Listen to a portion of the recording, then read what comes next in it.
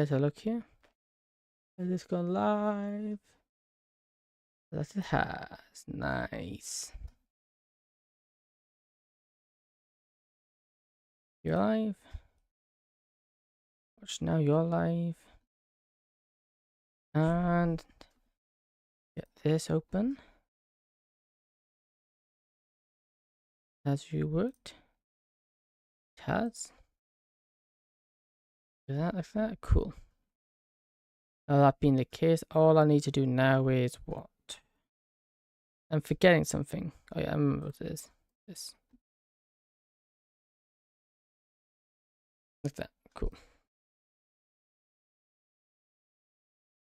Go. Live. Cool.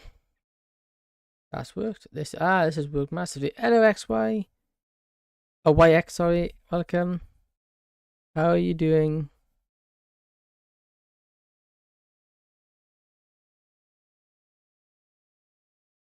Well, I'm doing good, thank you. How about yourself? You're fine? Hey, good. Hey, welcome back, Smith. How are you doing? Good to see you again. Good to see you. Good to see you. I forgot. I set my chat incorrectly, so I'm now getting it set properly. I can still see it in the background, luckily, because I had it open. I was like, I'm not getting the pings. And then I noticed I forgot to get up. There you go. Hey, it's working now. Hello. Yeah, how are you doing? Oh, excellent connection here. Everything here. Hey, it's all working. What we're gonna do now is just. How loud is that? That's way too loud. Let me lower that down a bit. It's a bit loud. And we're gonna go. Was it one of it?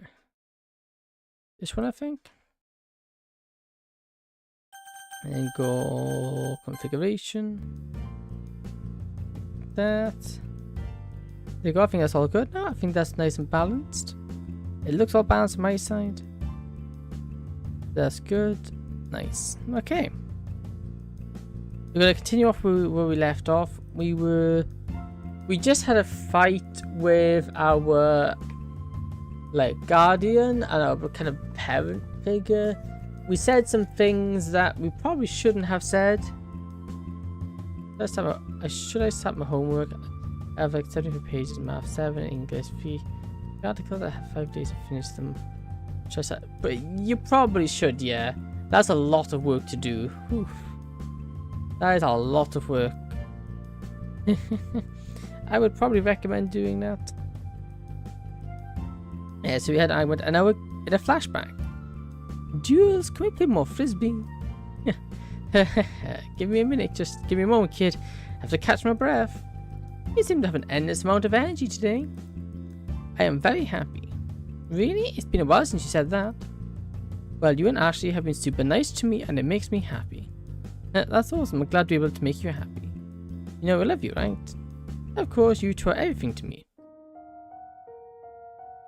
No, cuts back. Julia, please answer me. This is my 5th call to her and no answer. My stomach just wants to throw up the things I said to her. Julia has always been annoying to me, but she didn't deserve the things I said. No matter how stressed or annoyed I was.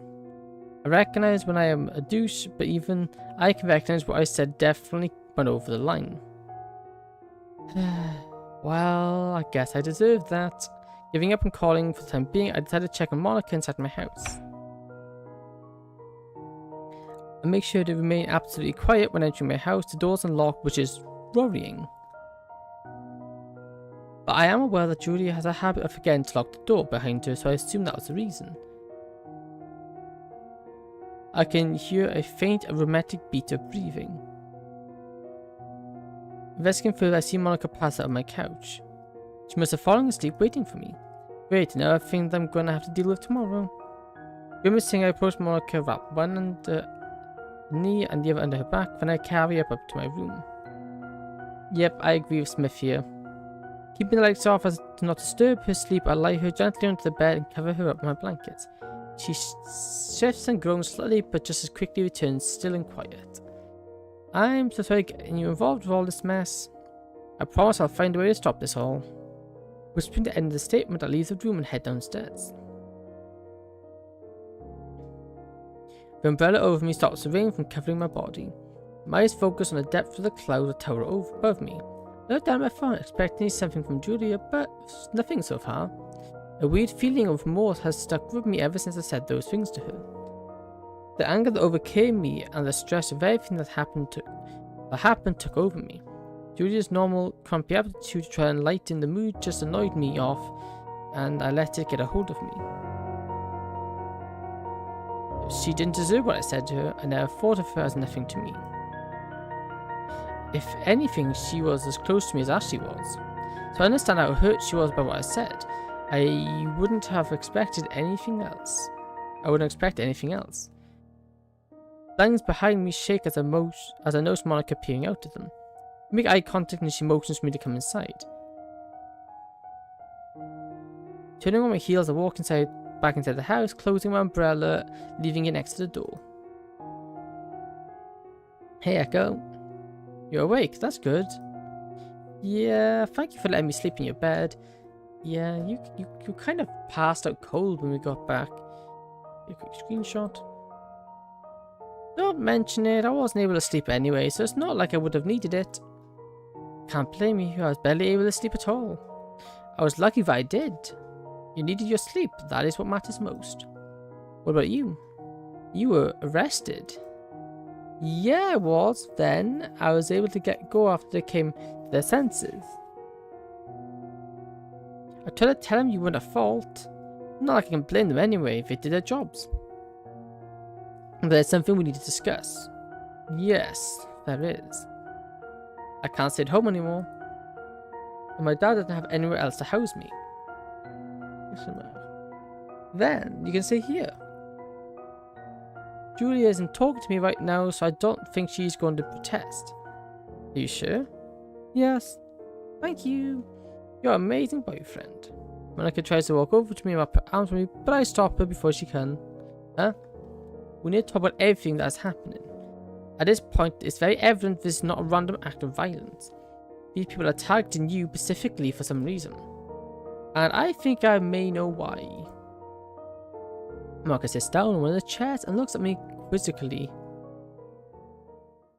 Do you watch Tadisi? No, I can't say I've ever heard of it before. What is it about? Echo, you're finally here. What is the problem? You're going to be on protective detail. What? You heard me. Ugh, at least brief me. As she points towards a computer screen she stands in front of. Some of the white monitor emanating just enough light to see. Oh, the amazing digital circus. I've heard of it? No, but I've never watched it myself. The screen shows a picture of a teenage girl that looks to be around my age in a weird outfit. What and who is that? Her name is Ikazi. She is an idol that has quite the popularity currently. And why am I being assigned to protect her? This sounds problematic. Shut your mouth for a few minutes and let me finish speaking.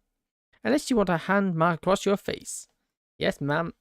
Anyway, Central Branch was giving contact to assign a detail of agents to protect her. Detail? So I'm going to be with a team? Well, no, I know you. You refuse to work with teams. Good.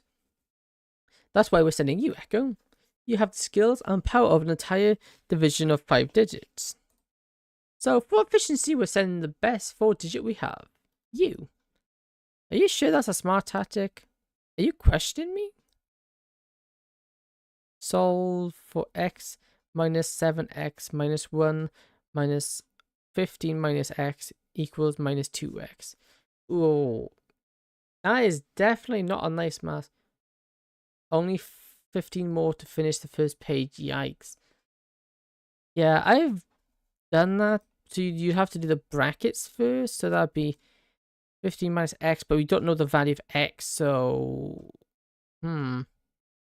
yeah, that is definitely something. My goodness. Yes, I am, ma'am. You've raised me to become the ultimate weapon, but can you really sit there and think I can protect this teenage girl 24/7? Yes, I do. If I didn't, you wouldn't be here right now. You need to have faith in yourself. Why are you so hesitant now? Don't worry about it. I'll take on the job. Goodbye. She placed her hand on my head and ruffles my hair. So what exactly am I going to be protecting her from? Well, there's a group of organized crime members that apparently want to kidnap her and use her for ransom. There's also a possibility that due to her father's wealth, there might be a price in her head. Why doesn't the local PD just handle the problem themselves? It isn't only localized to where she's currently at. The group operates nationwide and even internationally at times. You need not ask any more questions. Your job is just to protect her from being harmed. Am I understood? When do I start? It's 4 equals X, by the way. Oh, not bad. You leave tonight? Nice. If I'm not wrong, fair. So you're saying I look very familiar to some famous girl? Extremely, and it's only a contrary that no coincidence causes problems. Your father and his job also plays into it. This girl's father is also very wealthy and powerful in his company. And I'm with you. What do you mean? I only know this much about this girl because I used to be very close to her. How close? I was a security agent that was hired to protect her. You? How did you manage to do that? My job assigned me to. Ah, that's right, the mysterious job you don't tell anybody about, right? It's not that I don't, it's that I can't. Is it that secretive? You have no idea, Monica. None of that matters right now. I happen to think the same people who went after her are now targeting you and I think you are her, and that's why this is all happening. If they think I'm her, what happened to this girl then? I'd prefer not to talk about it. That is in the past now. I stand up and turn away from her and walk into the living room. Stopping short of the window and peering into the rain, I think of ways to get out of the situation. If it is, there's not much we can do. This all happened because of me. I think it's X because since X minus X equals minus X minus X, minus X minus is plus. Yeah, because 2 minuses turn into a plus. Yeah. Same as like a plus would also be turned into a minus, which is weird, but yeah. This all happens because of me. If I hadn't come into these girls' lives, I wouldn't have disrupted them. I have to make this right, even if it cost me my own life.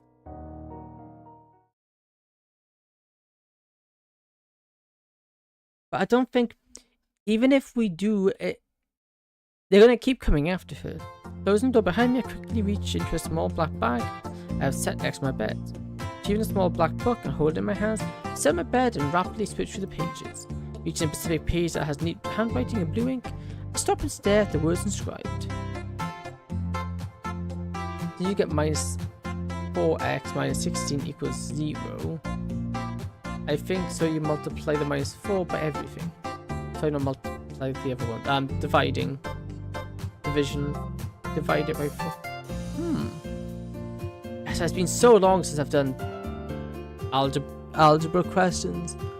It's really racking my brain again.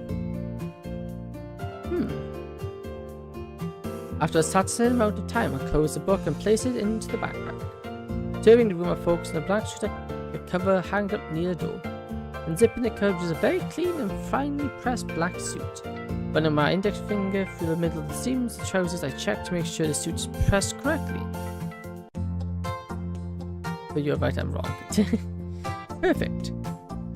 No problem, no need to apologize. Buttoning up my white dress and the shirt, I grab my tie and prepare to wrap it around my collar.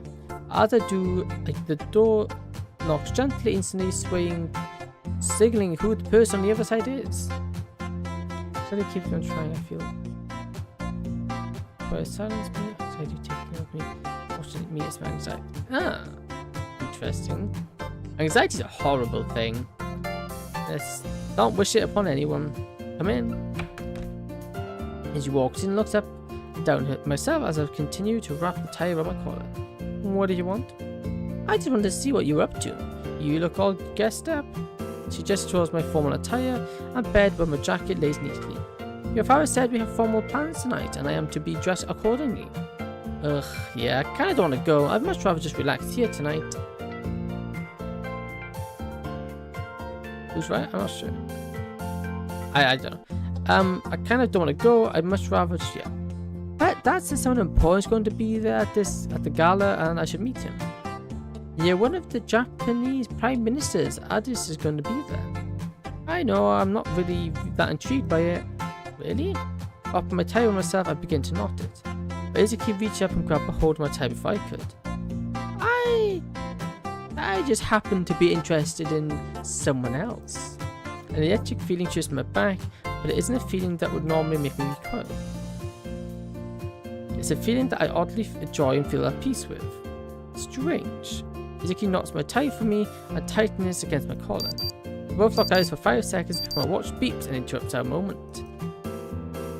Alright, this is our cue to leave in a few here. Are you ready to go? She runs her fingers along my collarbone to make sure this is uniform. I don't have a calculator. Oh yeah, calculators are lifesavers. It's 7 something. 23 divided by 3. 3, 6. 3, 6. 3, 6. 3, 6, 9. 12. 13. No, 12, not 13, nothing. 15. 18. 18. 21. Yeah, so like 7 point something. Doesn't matter, it's 7 and 7 and 2/3. Oh yes, yeah. She runs her finger off you. It looks like it. You're gonna be in that. Yep, my father says sometimes it's best to remain self-formal, semi-formal, or even casual at important events. It shows hospitality and familiarity to those around you. Whatever you say. Well, look at you, you're going like you're the main attraction of the party. Reaching down towards the bed for my coat, I lift up my left hand and pat left press area of my right hand. She reaches over with her hand and feels the area of the coat and pulls her hand away. It conceals. You're always so protective. It's my job. Izuki, do you not understand why I'm your bodyguard? I place both my hands on her shoulders and guide her to sit down on the bed. She resists her hands in her lap and looks up at me worriedly. People want to hurt you and use you again for their own gain. Oh, a recurring number, those suck. I know that you may not see it that way, but I do. I was made to see the severity of the situation constantly. I'm here to make sure no one tries to, not going to say that word, murder or abduct you, Izuki. I catch myself raising my voice and immediately lower it. Tears fill her eyes and she avoids eye contact with me by looking down at the floor. Oh man, I made her cry. Good going, idiot. It is a lot of sex. Leaning at eye level her, I tap on the floor with my index finger to think. I know why you do this. I know why you're going to these lengths for me. It's hard for me to accept the truth of the circumstances. I know how bad this sounds, but I'm glad things are the way they are. The way things are allowed me to meet you. Steadily influencing sixes since 2/3 and infinite sixes after. Yeah, it's a never-ending number. Yeah, it just goes zeros. It just goes 6, 6, 6, 6, 6, 6, 6, 6, 6, like never enter until infinity. Yeah. The way things are now allowed me to meet you. She looks back into my eyes as a small tear drops on her cheek. I feel horrible that you have to be on guard constantly, that you're always stressed that someone's going to hurt me. Izuki, I'm used to being under these conditions constantly. My training wasn't for nothing. I've been in a state of mind and focus more than I could think otherwise. I sometimes don't even know how to act when I'm not in focus. Here's one of my hands in her. I look reassuringly into her eyes. I'm happy to be around even if I'm doing my job. Thank you, Echo. That is how I write it for some reason. Oh, fair. She leans forward and wraps her arms around me. I do the same and gently pat her in the back. Alright, enough of this mushy junk. We need to get going. Right. In the back of the car with Izuka, fasten my seatbelt and scan outside for anyone being suspicious. Everything seems to be good for now, so I catch up to the driver, tap his shoulder and signaling that he can depart. I am in college. Pardon me, 8th grade? Yikes. 8th grade. That's definitely some complicated to master it. What I'm doing is my summer homework. Oh, that's the worst. Everything seems to be good yet. Leaning back in my seat, I look at Izuki as he innocently stares back. Beautiful eyes calm me down strangely, but no matter what, I am going to need to be on my toes. Especially since we're going to a huge formal event that a foreign leader happens to be present at. Izuki didn't even seem to mind that much if he's going to be present, she was only focused on me. Math can get very hard very quickly. Makes me feel weird considering I haven't been the nicest of people to her. It's not that hard, just confusing. Yeah. I never understand a woman's mind, and to be honest, I don't want to think I want to. My thoughts are interpreted by a gleam of light that reflects off a lindel pin I have attached to my collar. I run my thumb across the very sleek and smooth design of it and think about the security of the event tonight. But Dignity security is going to be all over the place, which could create problems with how I do things for Izuki. Ashley and Direct already reached out to security detail and informed them of my attendance. They're going to have your eyes on you, so don't do anything stupid. The usual Nike briefing rings throughout my head. However, getting Izuki out in case of emergency is going to be a hassle. Even if anything were to happen, it's like I could get involved anyway. The agency we have a specific guideline we have to follow during our assignments. The non-interference doctrine, an agent may not interfere in local general's operations. This can be legislative, exclusive, and judicial affairs. Basically, if something happens in the country, province, state, preference, etc., and I attempt to act on it, I have to let the government handle it its own. I can't just walk into a police facility and order them around. It could cause complications for them by my branch leadership. The car slows down and turns on the side road towards our destined location. Izuki taps away on her phone, completely oblivious to the logistics going on around her. The driver is following a lead car we set up. The lead car is following a set path by Izuki's father, and a little ahead of us is the preparation team for the Prime Minister's aid. Every single move we make has been calculated days beforehand. Doing harder in the equations in the first pace, like solve x21 times. Oh my goodness, that's a lot.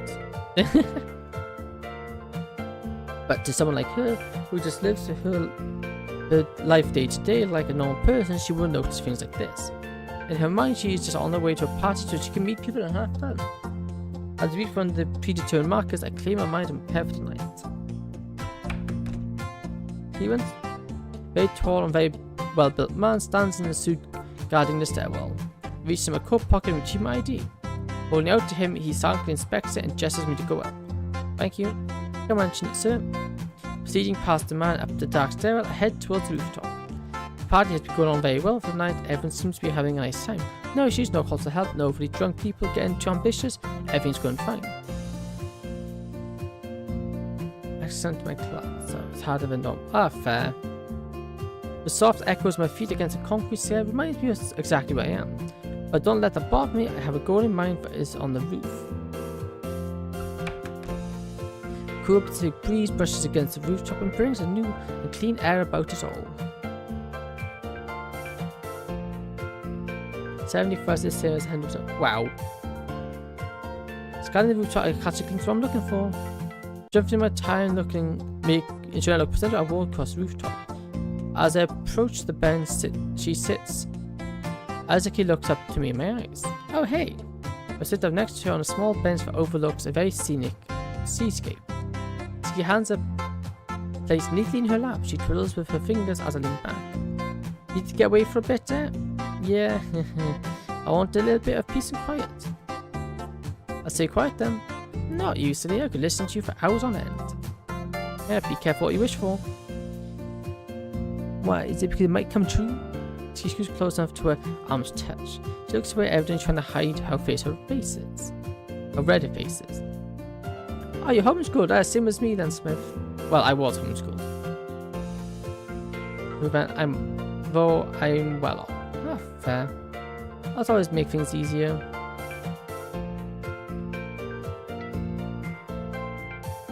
I keep a cold gaze out in the landscape before us. Beautiful. Huh? Oh, the view from up here? Yeah, it's nice. I wasn't talking about that. Smug smile forms across my lips as I avoid eye contact with the even more red-faced Izuki. You know, I enjoy the calm and serene times like this. Just ahead of my shoulder and looks out to the scenery with me. I'm not used to it, but I can't disagree. Well, maybe one day you can get used to it. Maybe one day. So how was the meeting with the Prime Minister aide? It was cool at first, but I didn't find it appealing. It was very touchy and quickly talked with him and made my distance. I didn't feel too comfortable with him around. I see. It's not common for stuff like this to happen. Izuki is a beautiful and talented idol. The main popularity is in Japan. I doubt that some of that nation's prominent figures have heard of her. And there's some very creepy old gentlemen around that would love to spend time with her. She was smart and did things properly before letting things get away. Normal stuff there. That's more or less what I did. But the thought of what old man, clearly unfit to behold someone like her, to touch her apparition brings me an intense feeling inside I'm not familiar with. Tried to watch off my post since security would not allow me. It was probably for the best I wasn't. Stiffening my seat, I feel her wrap right arm around my left, clasping me to her while she's getting more comfortable. You know, I'm not bad, right? Don't think you can just lie on me all the time, like you own the place. You didn't have a problem with it that one night, Echo. Liquid smile results in a cheeky me chuckling slightly. Oh, nice. Yeah, September everything seems fun downloading it. Yeah, everything starts back up in September, which sucks. What on earth is this person doing to me? Can I sit here just for a couple more minutes? I don't see why not. With that, she nuzzles in my shoulder and arm.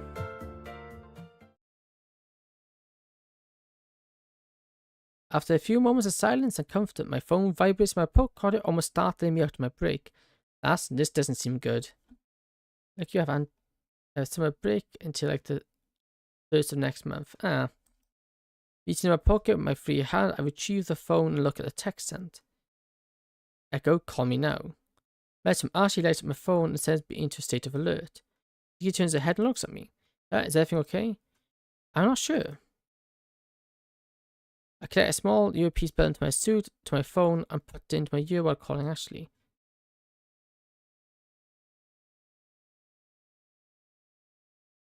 The sound of the phone answering on the other end prompts me to answer. What is it? That event you're at with Izuki? Where in the building? Where are you in the building? We're on the rooftop. Ashley's tone of voice instantly causes me to sit up straight and start looking around. Field operators just called in. A threat made to the Prime Minister's aide. We're unsure of the scope of the threat, but since you have discontinuity there on your contract, be prepared. Have you evaluated the threat? We're currently in the middle of it, unknown force, strength, and means. Be prepared for anything, do you understand me, Agent? Yes, ma'am. Oh, and if you need to, ma'am, get involved. I understand. I'll remain on standby. You're on Agent's comms, right? Of course, let me know if you hear anything. Let me know if you see anything. Press a small button hidden on the Pacific part of the sea, which mutes the line. What's going on? A threat was reported against the big guys downstairs. I've been ordered to keep my eyes open and be prepared if anything goes down. What? I move my hand from my arm stands up from the bench. Stay down and out of line of sight from any surrounding windows. As eyes emanate with concern while she does as she's told, she's quickly jots down to a small wall that would block her from being seen by any windows in that area. When did you get up for school? Approaching the ledge, I peered down towards the ground at the street for any disturbances. Nothing. Turning on my heels, I jogged the opposite length south of me and looked down as well. A moderately dark alley runs across the side of the building. Few people stand around in it chatting. The other two sides of the building run along with the other side of the building run along with businesses, so those aren't a concern unless there's a sniper, which I have been scouting out every window I get a chance to. If I was a sniper, I would be planning to take a high-value target in a venue like this. I'd first learn to escape routes and get in a position I could get a full view of them with. Next, I would locate any potential hazards that could compromise my position, the time of day, traffic around, height and distance, conversation, and where I'm planning to take the shot at. Ooh, nice and early. Wake up 7 and 50. Yeah. That's about the same time I wake up from my college. It's nice and early. Oh, and once I have a good position, I can sit down and wait until I have a clear shot. Unless I have a division in place that would perfectly line up the shot. Reaching back to my sleeve, I press another built-in hidden button. A very quick static rings from a earpiece when I hear several people speaking over the radio.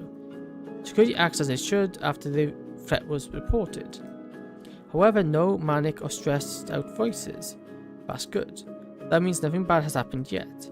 I should probably get Izaki off the roof now I've cleared everything and we have a window of opportunity to move. Approaching, I gently grasp arm and guide her to the rooftop door. And say a word and follows along perfectly. Closing the door behind us, quickly I look down the stairwell to ensure everything is still okay. I don't hear yelling, I don't hear gunfire, and I don't hear anything that would cause me any immediate concern. Right, stay here for a second while I go downstairs and check everything out. Right, I won't move a muscle. Reaching my right hand into the left of my coat, I grip onto the butt of my handgun, ready to draw it at any time.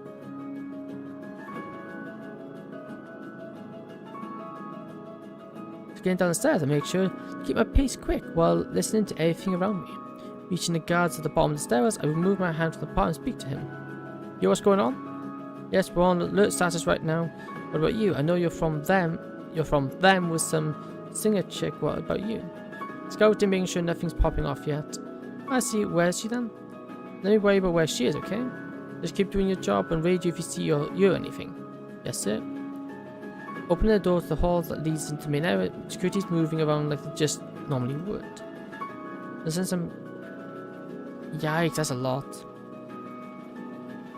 That's a lot of work. Rapidly looking between faces to face of every person I see, I scan for any signs of stress and discomfort and anxiousness.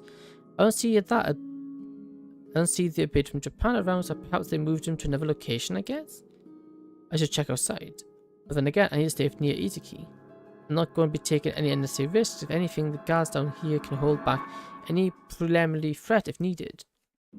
While returning upstairs, I hear the sound I prayed I wouldn't hear tonight. Turning around to look down the stairs, the guard runs to the door and walks into the main hall. Heart jumps as I nearly instantly start to sprint back up the stairs. Izaki? Izaki? From my legs as fast as I can, I got almost 4 steps with a single stride. My heartbeat completely beating as I make way to the top of the stairwell, just as the door to the roof closes. Echo, do you hear that? Yeah, we need to get out of here. Looking around, I focus specifically on the door. How do I get out of here without going through the main hall? A drain pipe. What? Izaki, stay right here. Do not go anywhere. Do you understand me? Implying, she nods, and I dash out the door onto the roof. I sprint across the room, I look around the windows to ensure there aren't any snipers still. When I get to the ledge of the drainage pipe, I check the alleyway, which is now empty, no doubt due to the sudden gunfire. Leaning down and spend the drain pipe, I can wrap both my hands around it without any worries. Next, dash to the door and pull Izaki out to the building. What are we gonna do? Cover my back, wrap your arms around me. You sure? Yes, hurry up. He helps as she comes to my back and wraps her arms around me. The exact weight throws me off, but it's not like I have any other choice. Kneel towards the pipe and turn my back outwards. Hang on, we're going down from here? It's the only thing I can think of right now. There's shooting going on downstairs. Ah, okay. Taking a deep breath, I grab onto the pipe and lower myself off the ledge. Izaki instinctively tightens her grip. The weight of her wrapped around makes it much more difficult to keep my strength on. I'm rather high from the ground, so I need to make this quick. Quickly letting go with my right hand, I slide down the pipe further and then grip onto it. Repeat with my left hand and slowly make our way down the wall. How far are we from the ground? The echo? Don't look down. For love thing, don't look down. If she looks down right now, she's going to panic, and I don't think I can hold both of us if she starts to freak out. I have to distract her somehow. Izaki, can you do me a favor? What is it? My right ear, there's an earpiece in it. Press the second black button on the bottom of the cord. Use your left hand, which is wrapped around my neck, to locate and press the button.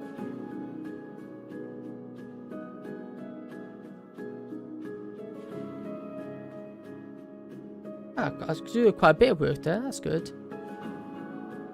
What I've been able to gather from the radio and my frantic decision making, there are multiple shooters. No numbers yet, but at least 3. And all of a sudden a familiar voice emanates from the earpiece. Actually, Echo, are you? I'm in the middle of getting Izuki out of the building. We have confirmed there's at least 3 shooters that are attacking the northern end of the building. And I said we're working in coordinated security to migrate and eliminate the threat immediately. I've contacted Izuki's father and he's safe. He got out through a staff-only door on the eastern side of the building. Where exactly are you? Southern end of the building. I'm counting Izuki down from the drainage pipe since we are right next to the entrance the shooters are at. Yo, what? You know what? Fine. Listen, get to the emergency car and we stop earlier and get out of there. You don't have to tell me twice. Not a bad thing to watch on your, not a bad thing to read on your phone. The land then goes quiet again shortly after. Izuki grips on me tight as I continue to descend. I can feel her heartbeat for her chest. She's completely terrified. I may be a little worried about her safety, but she won't be brought to harm. I'll make sure of that. Our webtoon's not too bad. Are you doing okay? Huh? Why would you ask that question? I try my best to keep my voice calm and answer her. This is in a reassuring voice. But underneath that I am struggling. Izuki isn't heavy by any means. I have no problem carrying her. However, doing exactly what I am with such weight on you does strain after a while. I can feel my muscles shaking and straining vigorously to keep me and Izuki suspended. But slowly and surely we're making out considerable progress. But another 20 feet to go. Now you're getting tired, I can feel it. Don't worry about it, just keep your weight on me and don't look down. As I face my shoulder and averse eyes below. That's all I mean of my muscles intensely scream at me to alleviate the pressure. We reach safe enough distance to drop. Hold on. I let go of the pipe and drop to the ground, using my feet and knees to break the fall. Phew. Rest my hand against the ground as support while I take a second to breathe. A genius spirited streamer. Hey, thanks. I really like the Lords of Cultivation. Not bad. And the genius spirited. That sounds like a good one. Watch a lot of anime. I mean,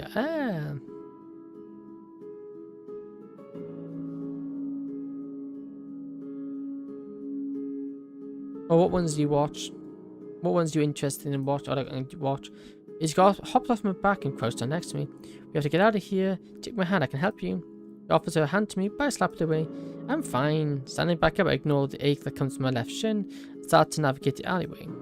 There should be a cab rolls up ahead of us, blocking our exit from the alleyway. With my giant gripping on my handgun, I'm prepared for the worst. The window rolls down and Izuki Farah shouts us to get in. Muffin and a little hollow. Found earth locked me up, Duke. Ah, not bad. Some good choices there. I've viewed a few of them, but I can't say really watched much of them. No, listened, read, whatever. One of those lot. The window rolls down. Izuki Farah shouts us to get in. Both of us sprint to the car and get in the back. The car speeds down the narrow road. I look over at Izuki one more time and try to make eye contact with her, but fail in doing so. Keeps her hand clasped together and a lamp and avoids eye contact with everyone in the car. When we get home, she'll be safe, I promise. Wait a second. Something out my window catches my eye. When I turn my head to look, my eyes widen and immediately shout at everyone in the car. Everyone brace. Uh-oh.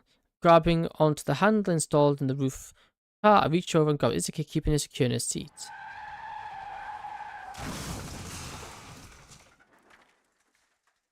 Is a diversion. Echo? Echo? Echo? Huh? What? You're spacing out pretty hard there, aren't you? Yeah, sorry. No, don't apologize. Monica looks at me with a flowing smile on her face. It's pretty obvious what I'm thinking, and she's trying to be supportive. As I told her about Izuki, she has been noticing me spacing out a lot more lately. Some things just bring me back to everything that happened. Goodness, I wish I could forget it all. I will never be able to forget her. Shaking my head, I try to clear my thoughts and return to reality. You're thinking about that girl again, aren't you? Yes. I keep telling myself I need to forget that part of my life. Just leave it behind and continue moving forward with what I have now. But you can't find the strength in your heart to let it go? No, I can't. But it doesn't matter, I just want to forget it.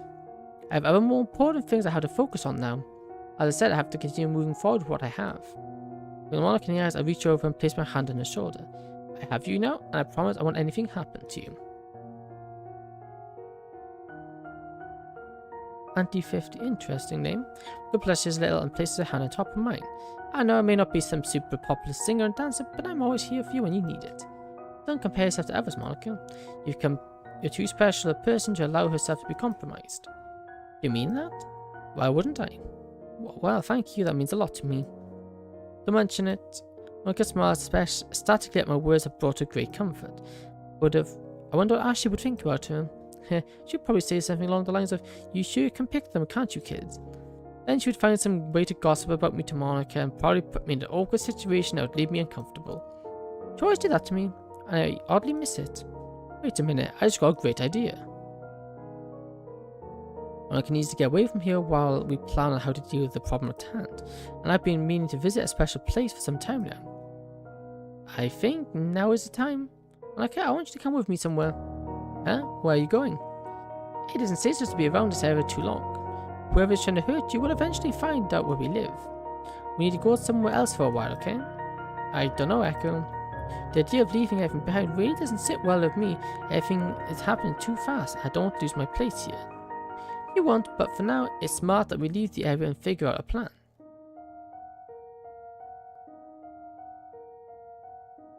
We promise you we'll come back.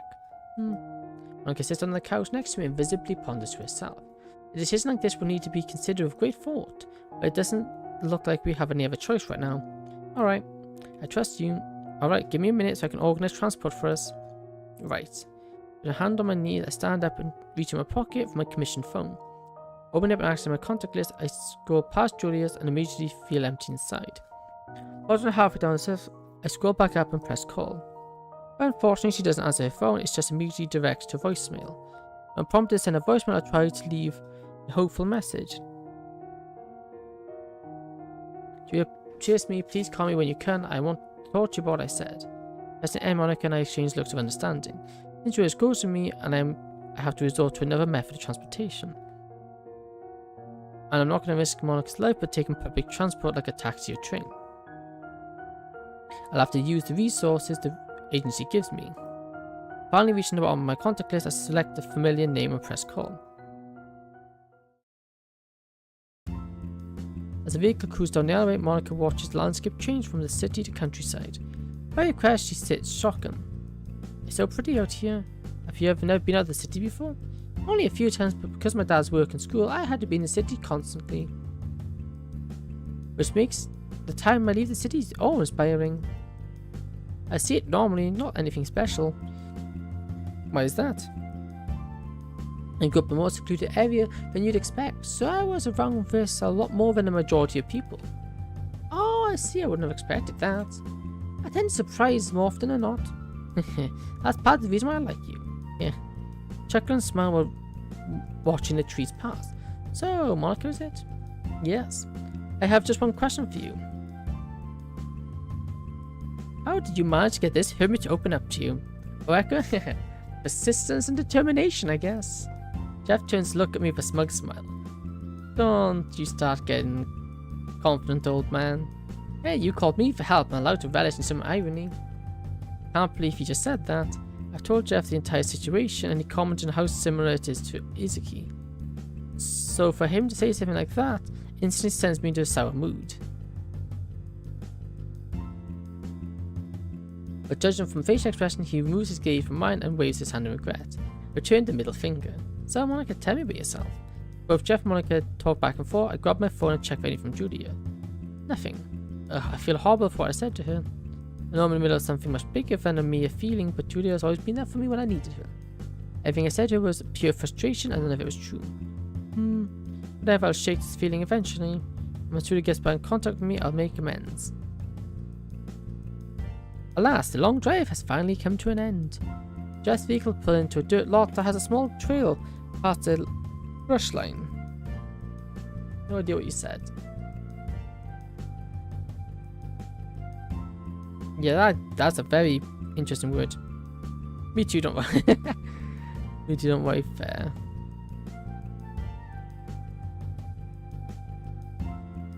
Okay, it's saying something. I don't think they are. Get out the car and help Monica out afterwards. When Jeff steps out, he makes eye contact with me and I nod to him to follow us.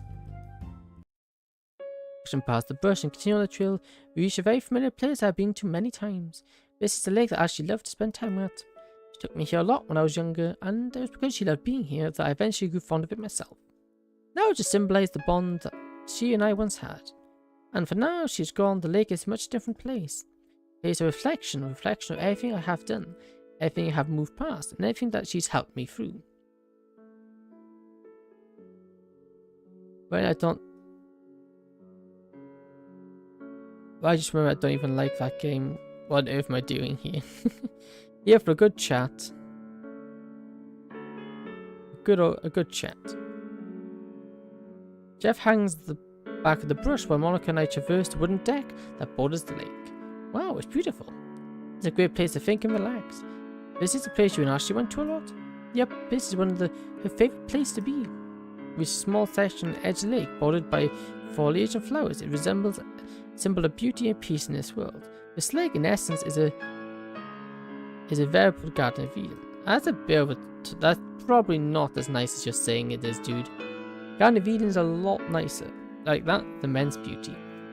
Monica looks around in awe. I can tell she hasn't ever experienced such a place as this before. I'm glad they brought her here. Someone that I find very special to me.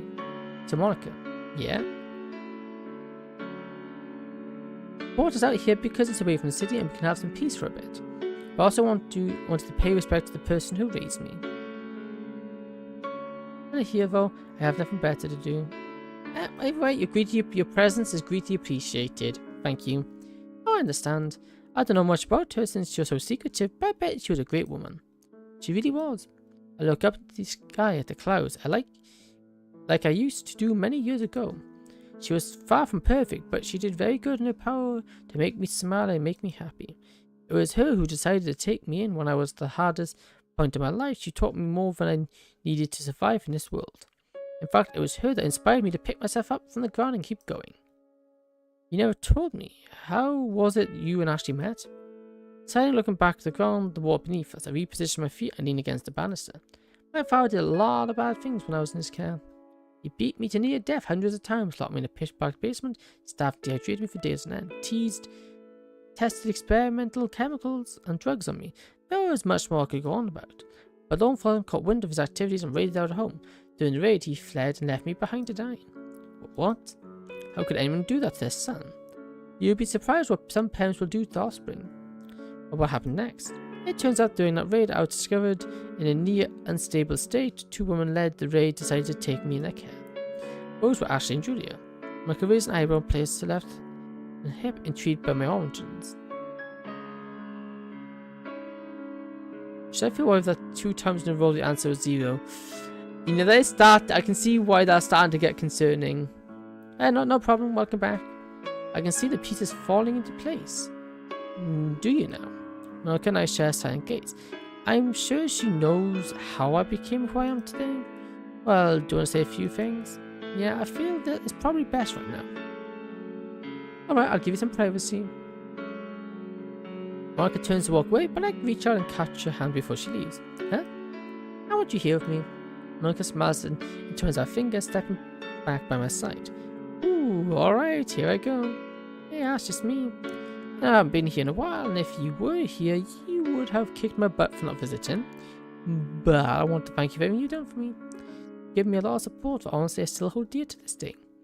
And after everything that's happened, you still give me the confidence and motivation to keep going. I can feel a string of tears grow on my eyes, and my voice begins to crack. Come on, Echo, don't start crying here. Through the blur of my throat, I suppress the feelings and try to regain my bearings. I'll finish my homework in time. I'm half a pace in like 45 minutes. Oh, that is painfully slow. Yeah, that is horribly slow. Homework is an evil thing. Hey, I'm sorry. I never got to say this to you before, and I wish I could have said it while you were still alive. Thank you for everything, Ashley. I rests a hand on my shoulder while gripping tight on my hand, providing comfort to my moment of emotional vulnerability. I want you to meet someone, Ashley. This girl standing next to me is my girlfriend Monica. She means a lot to me, just like you do. Wish you could meet her, man, you would even have helped us with the situation we're in. I'm gonna watch a gacha react video on my phone while watching that stream since I'm stuck in 2023 forever. Ooh, yeah. Yeah, taking a break is actually always good important. Gacha react, yeah. I remember I could have... Oh, yeah.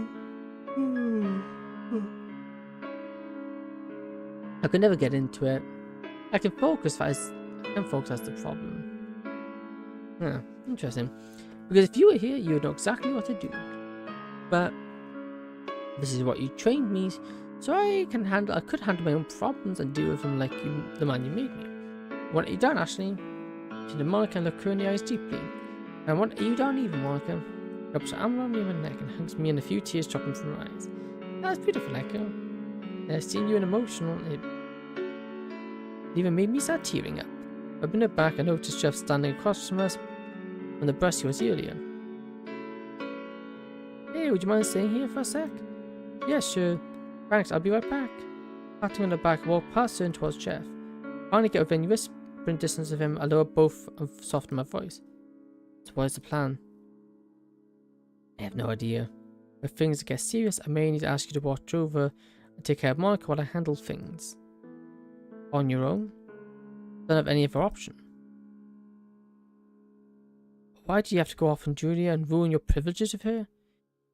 I can go without the lecturing. Fine. I think I'll be fine if I don't do it at least PM is what I'm doing now. Yeah, probably if it's late in the evening that won't help. Since I owe you one, I can do that for you. He looked past me towards Monica by standing in front of his view to retain his attention. But no one lays a finger on her, am I clear of that? Crystal, or at least let me go off on you for getting involved with a contractee. Listen, Izuki was a special case. Whatever it was, you violated our policies getting into that relationship with her. They didn't get in the way of my job. Are you sure about that? I want you to think long and hard about that the next time you get. Why are you bringing that up right now? I must have raised my voice and forcefully having to tone it down when Monica glances over at us. I don't want you to make the same mistakes you did with Izuki here. I can tell Monica's extremely special to you. With my hand in front of him to interrupt him. And that's not what he's trying to say. I'm going to defend her and do whatever I can to end this madness. Whatever it takes, Jeff. Good, I'll do whatever it takes to help. But I'm not as surprised as I used to when I was in the agency. I would ask you to do more than watch over her if anything were to happen. Right, I remember I haven't hit my chocolate gold. That's a very important goal to hit. When I will be more than happy to do. But what you have planned? Honestly, nothing, but I need to get access to the records that were filed around the time I was protecting Izuki. These people think Monica is her, and I know there's information about them somewhere. How do you plan to get that? That is an entirely different ordeal. Only Julia would have access to those kinds of archives. I raised my hand and touched my chin and ponder. Mikey, her assistant. I can get the records through her. That sounds good, but what are you going to do when you find that information? Figure out how to locate the group and use the agency to take them out. And how do you suppose they'll do that? What is with the 20 questions? You're forgetting the 1x4 rule. You need to have everything planned out, Echo. Come on, man, even I know that. Alright, Smarty, how about you tell me what you would do in this situation? It says blankly back me unresponsive. Exactly. At what point in the game are we? I never played dating sim. Well, see, the problem with Doki Doki, it isn't your general dating sim. Although it's definitely a part of it, a lot more of it is about the problems and they deal with and how they get hurt and how they overcome them, or in some cases how those problems spiral out of control and become the ultimate downfall. So yes, dating them is definitely part of the game. I've played only half of it. At this point, in this fan game, we are a secret operative, a government agent. And as it stands, the person we're dating, Monica, has been hunted down due to the fact she is being mistaken for a person our character used to bodyguard, who was a very high value target. So now we're trying to end this problem without her getting hurt, and hopefully without dying ourselves.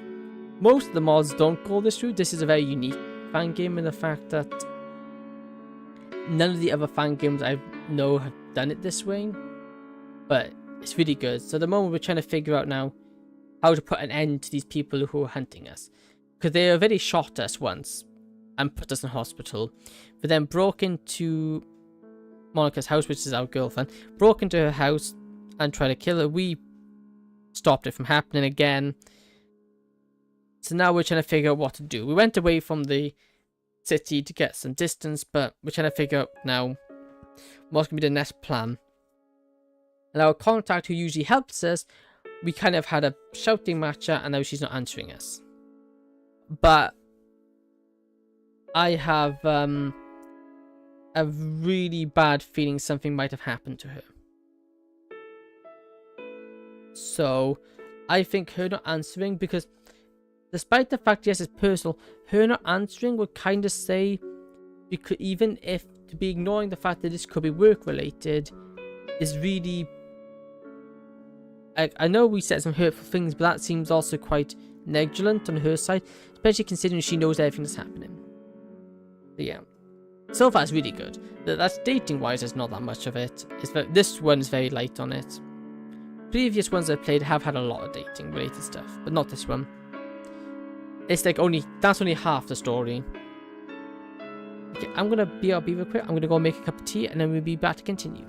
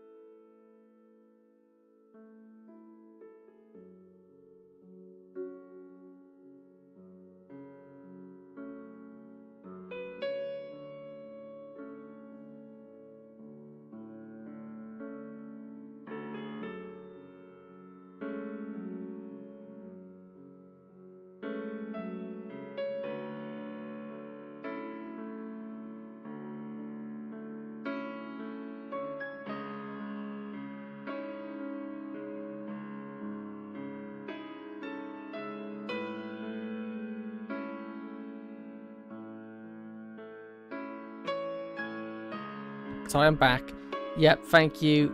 Yes, I'm an idiot. I forgot to unmute my microphone. I just forgot. Okay. Exactly. Hear me out. I adjust and move around my hands as I talk.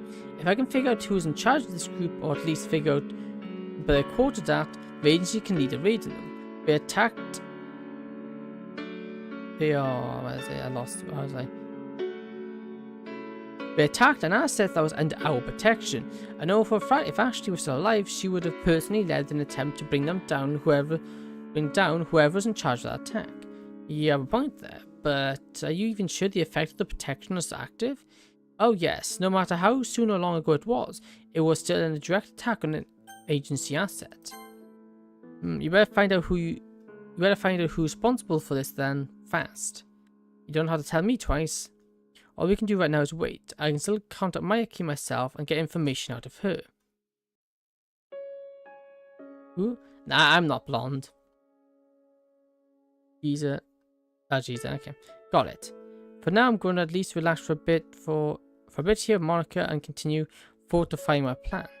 I understand. Listen, I've got to get back home. Are you two going to be okay out here? Yes, I have things settled here. Alright, call me when you need me. Jeff turns around and walks back for the push line and disappearing from line of sight.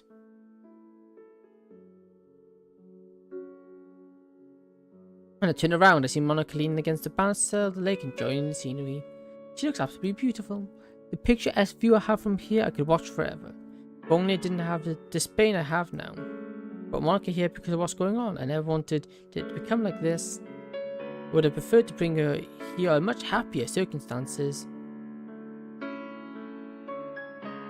Just a friend. Yeah. Sure. Well, that is why I feel I'm not worthy of a sight like this. Monica overlooks and notices me looking at her. She smiles and waves me over. All done with your conversation? Yeah, sorry about that. Don't apologize. What else did you have planned for us? For now we can relax for a bit. I feel it's something we both need at this point. I agree. Come, I know somewhere we can go. Oh wow, that's nice. What a nice image here. Nice serene is the word? Nice serene live here. Nice serene place. Following wooden path that directs us away from the lake, I take Monica to a small clearing just like Ashley brought me to years before. When we reach the full clearing, I walk Monica out to the middle of it. I'll take a screenshot real quick.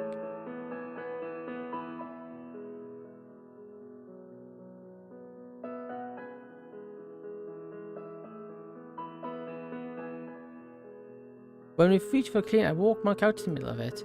So Monica, yeah? Do you know how to defend yourself? You mean like fighting wise? Correct. Not really, no. Alright, you're going to begin learning today. Huh? I'm going to teach you everything I know about personal self-defense. Oh, okay.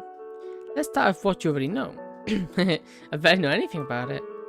You know how to make a fist? Of course I do. There's your starting point. Show me a fist. When I curls the dominant hand right into her fist, however, she places her thumb within her grip, which is a terrible thing to do. Oh man, alright, so at least there's something. We're going to look at me quizzically. Your thumb placement is horrendous. Instead of closing your thumb in your fist, place your thumb on the outside, curled around along with your fingers. Like this? Perfect. The reason this is a right fist is that if you happen to punch something hard while your thumb's inside the grip, you will lose your thumb. I see. Alright, now you have a proper fist. I want you to swing at me. What? Are you sure? You're not going to hit me, I promise. Okay. Monica readies her fist and throws it towards me. Yeah.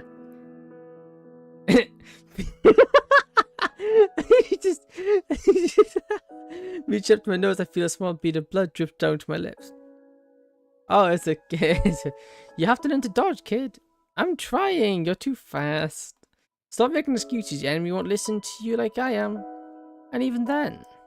Ashley swings ready. Another swing makes contact with the side of my face. It feels like I'm being hit by a cinder block. Man, how am I not broken anything? Sensing that she's going to swing again, without even telling me, I force my eyes open and dash to the side. The fist barely missed my face.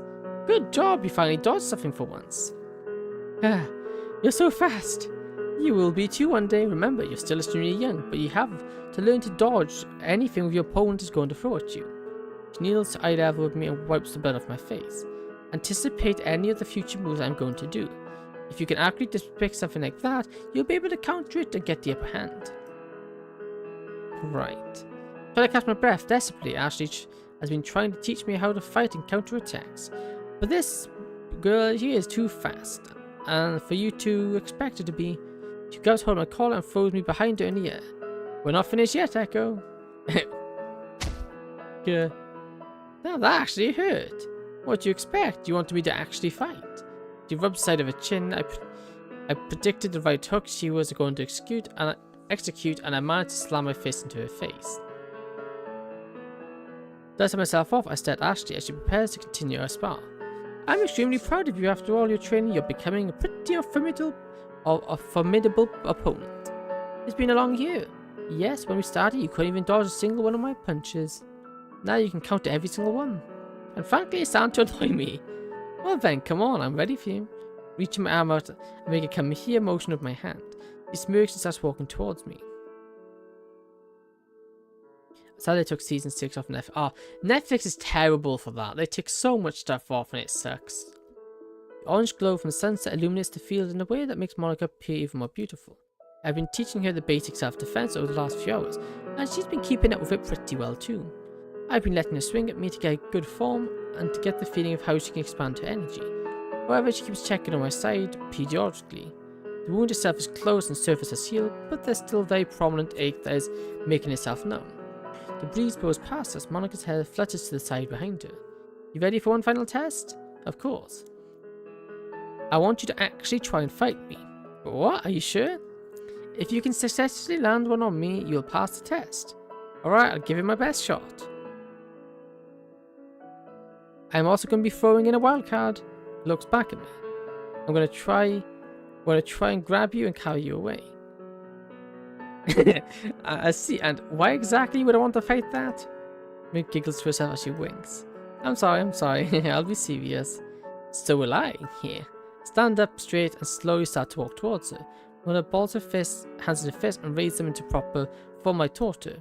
All of a sudden I start to run at her, causing her to jump. Grab onto her left wrist and dodge the swing from her right. Ducking down and dashing to the left, I dodge yet another. Monica moves her hips in a straight that catches my attention. Suddenly I see her knee darting straight for my face. I let go of her wrist and catch her knee and lift her up. What? Catching her off guard, I lift her entire body up by one leg and try to throw her over my shoulder. No. Again over my shoulder, I try to run away, but she berates my back with a fury of punches. I think the test went one miracles. Like it, the power of love always so miraculous. Yeah. Ah. Ladybug. I haven't heard of that before, Ladybug. Wonder what it's about. I'm just on my brother's account, so that's the name. Ah. Well, an account's an account. It works for what it is. And plus, that's honestly probably for the better. No, I'm the only boy fan of Ladybug. Yeah, and I've never heard of it before. Yeah, it's probably better. There's some really creepy people on the internet.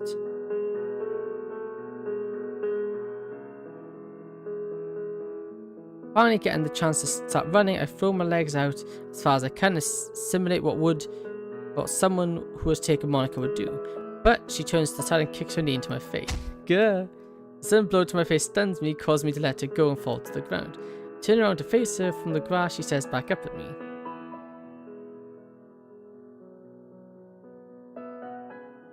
On a power scale. Peasant's love. Ah.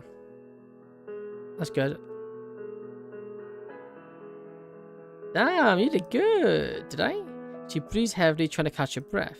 You got a good knee in. You stunned me for a second there, that would have given you enough time to get up and run away. I'm sorry if I hurt you or anything. Yeah, you're kidding. Are you kidding me? I reach my hand down to Monica, offering her to help her up. She smiles and takes my hand into hers. But instead of pulling her up with me, she pulls me down I prefer as I fall, winking as I fall. That's a bit frisky. No, thank you. Yes, I was right. My friends have to give me. Yes, I was right. My friends have to give me $1,000. Wow, that's a lot of money. There's my hand in front of me. I land on top of Monica and look her in the eyes. Whoops! I roll to the side and lie down next to her in the grass. Sky above us making for a very nice ambience. Monica turns her head to face me, her smile never fading. Thank you for spending some quality time like this with me. Well, back in the city, we wouldn't really have this opportunity. Yeah, that's like a very much rich person bet. Like, that's so much money to bet. The most money I've ever had in a bet was like a $5. Or was it a tenner? Yeah, a tenner. I wouldn't mind spending time like this every day with you. I wouldn't mind it either. Taking initial as I hold Monica's hand as the sky begins to turn dark. Oh. I'm not rich, it's all the saving money they have. Yikes. It's not very responsible. Well, look at all those stars. You can't see so many that... See so many now we're away from the city. It's because the lights of the city kind of obstruct the number of stars we can see. And now those lights are gone, we can see the stars unrestricted. I love it. Beautiful. Yeah. Oh, the sky, of course, is. I wasn't talking about that. I read eye contact with Monica and she starts and keeps staring up. She giggles and squeezes my hand tighter. I know the reason we are here aren't good, but I wouldn't come back here with anyone else but you. Well then, I'm glad to be here with you, Echo. Over the months we've known each other, things have been chaotic, but I agree with you. I wouldn't have spent this time with anybody else but you. My kid would bring comfort my stressed heart and mind. For once in a very long time, I can breathe and let myself decompress. And I'm sure this is relaxing for Monica as well, despite the constant fear for her life. I just have one question. Shoot. I lift myself both from my forearms and look at her. Where are we going to stay out here? Jeff left earlier, didn't he? Yes, he did, but I already have that covered. Oh? Don't worry about that right now. If anything, I want you to just relax and enjoy your time right now. Money doesn't grow in trees, but it does grow in your friend's pockets. I guess that's true. As long as you're with me, I'll always enjoy my time. And I mean that too.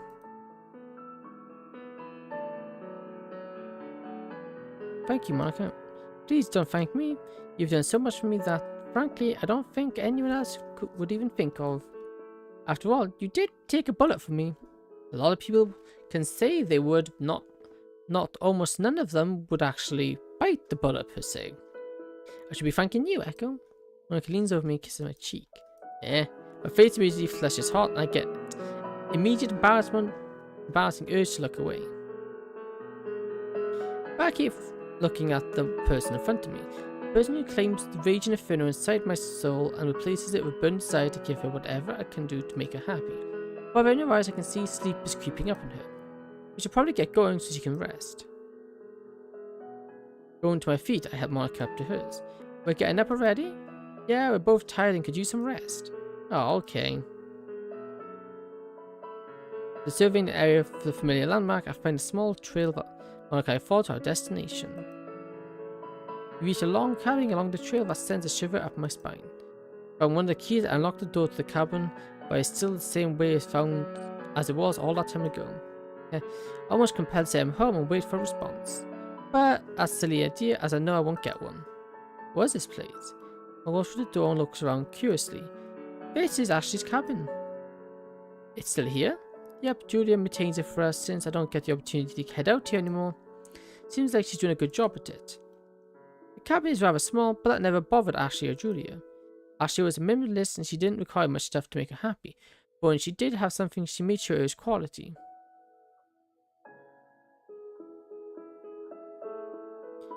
Oh yeah, both Undertale and Deltarune 100% recommend. Really good games. I'm with YX here. Really good. Take the cabin, for example, it had a lot of foreign influence put into a layout, but you can see that it was once laid by someone who cared for it. I've not been here quite some time, makes me extremely odd. It just isn't the same without her here. Beside the various pictures that still hang up on the wall, I find myself subconsciously looking around and hoping to see the person who raised me. But my abysmal reflection is interrupted by Monica placing a hand on my shoulder. Hey, you doing alright? You're extremely quiet. Yeah, I'm fine. It's just I haven't been here in such a long time. It takes some adjustment. I understand. Is there anything I could do to help with that? Nah, don't worry about it. I'll be alright. She nods her head and sits down on the pillow set on the floor for her. Oh my, I remember this. Speaking as I almost hear her voice in my head, I sit down next to Monica. So you lived out here? Yep, this is where I was raised for the most part. Well, the demo on PC is, yeah. Oh, I think it's only the PC demo. Which is kind of sucky, but oh well. I think only the PC demo is free. You're so lucky. If you could even call it that. But I guess it's something that not many people would have had the privilege to grow up at. I'm like, fair. To be completely honest, I didn't pay much attention to that at the time. I was constantly focusing and working on something else that Ashley or Julia was working with me on. I see.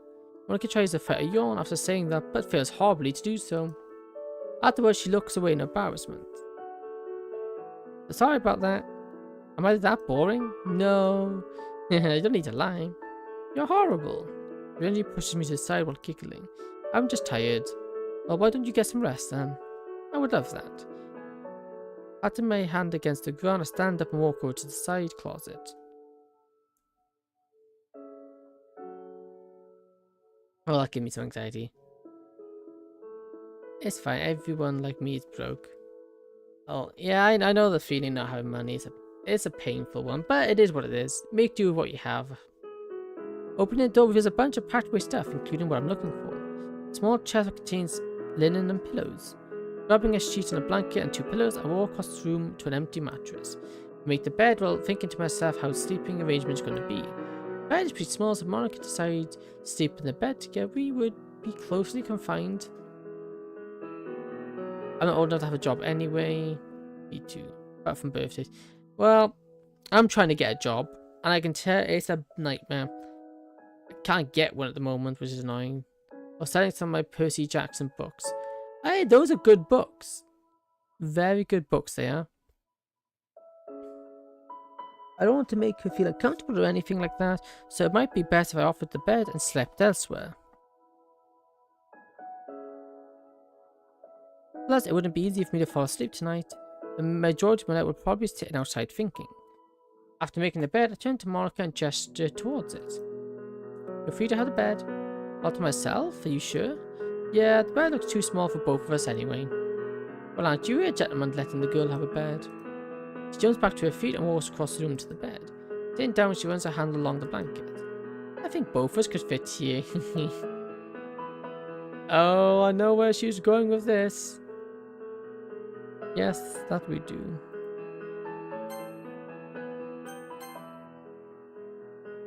I guess you could say I played the situation out to result like this. But I generally didn't want to make her feel uncomfortable by assuming we'd sleep in the same bed together so closely.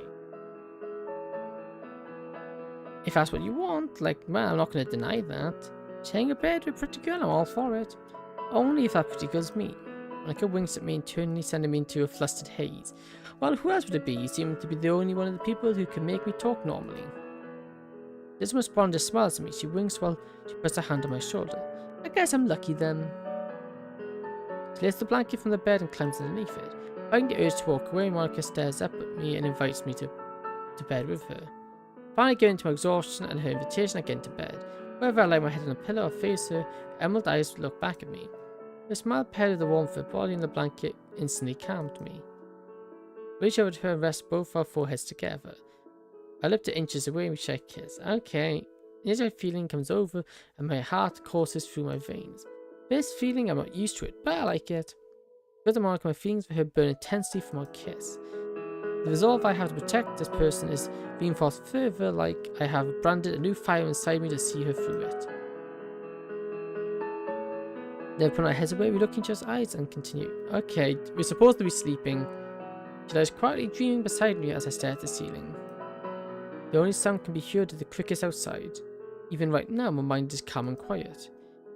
In a while since I was able to de-stress like this. Well overdue. but I suggest I should go ahead and do that walk I planned. Looking back at the sleeping beauty beside me, I slip out of bed and get dressed, being as quiet as I can so not to disturb her. Covered my sneak out of the cabinet, close the door behind me, and get down to the ground level. Both my hands in my pocket, I turn to my left and start trailing down a small dirt path. The path leads directly to an field Monica had been at earlier. But that isn't my destination, neither is the lake. I wanted to take a walk and practice my word into Margie, being that she is more likely to help me than Julia. Even Mikey can't help me, I will find a way around this. I need to have a plan for it. I doubt that I will have one soon. Ever since I was broken and rebuilt the Oscar, one of my main priorities for any task or assignment is to plan and have a backup plan. I'm here to tell love sorry. I'm late. No problem. Welcome here. Welcome, how you doing? What isn't diverse wherever you are at severe disadvantage such as this. But I work best under pressure anyway. After a solid 10 minutes of pacing back and forth, I finally have my general approach Mayaki. Pulling out my commission phone, I locate Julia's office number and dial it with the expansion code that forwards it to Mayaki's cell. So what did you miss? Obviously we got out of jail last episode. Then we snapped at Julia. We haven't heard back from her. We haven't heard anything off Julia since. It is kind of worrying, actually. We had absolutely nothing. And we have now, after that, we have moved out to our Ashley's old cabin, more or less our mother's cabin, or guardian's cabin, to get away from the city, to see how things are going. And after that, was there really anything else that happened? Yeah, no, not much else. We're now just formulating a plan. And we also taught Monica self-defense, and she kneed us in the face. In sticking. Pull out my commission phone, I locate Drew's office and forward it to Mikey. Excuse me? Hello? Mikey, it's Echo. 4219, why are you calling? Need to ask you for help. I know, strangely, I am calling you and not Julia. Well, yes, it is odd, but I'm listening. Julia and I had a falling out, and I really need help with something that's going on. Ah, so that is why she left. What?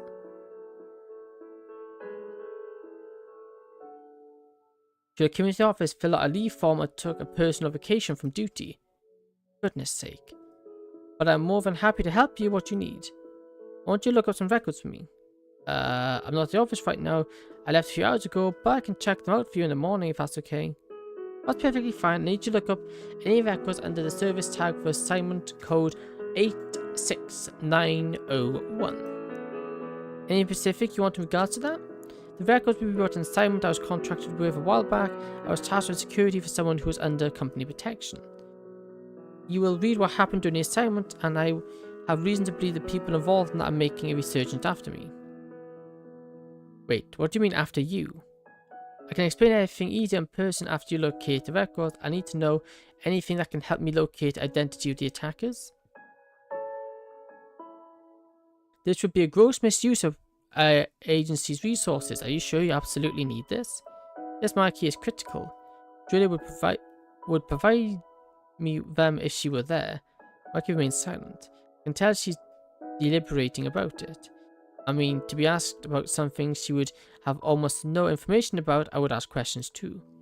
She clears her throat and began talking to me through the headset. No, I can do that for you. Do you want me to call you when I have something? Yes, please. Alright, I'll talk to you when I have details. You have good night, 4219. You too, Mikey. Line goes dead. Right, now that's done, a weight has been lifted from my shoulders. Now I have to focus on being prepared for the worst while I hope for the best. But in all honesty, I'm fairly certain that the worst is the most realistic outcome at this point. Liz Monica's here and safe for me. If Jeff is willing to watch over her too, she's going to be looked after carefully until this is over. That puts my mind at ease to some degree. That putting the phone back in my pocket, I turn around and start my way back to the cabin. When I approach the door, I quietly open it and skulk inside. As I close, Monica sits up in the bed and sleepily rubs her eyes. There you go. Hey, sorry, I didn't mean to wake you up. No, you're okay. What are you up to? I went on a walk. I see, did you like it? It helped, yeah. That's good. Are you going to come to bed now? Of course. Monica reaches her hand out and offers it to me. Walk over and accept it and lie back down. Falling asleep with Monica next to me, give me my soul a calming reassurance to sleep. The last thing I remember before I lose conscious were her eyes. So Julie is kind of gone. She's gone blank? Not the dot.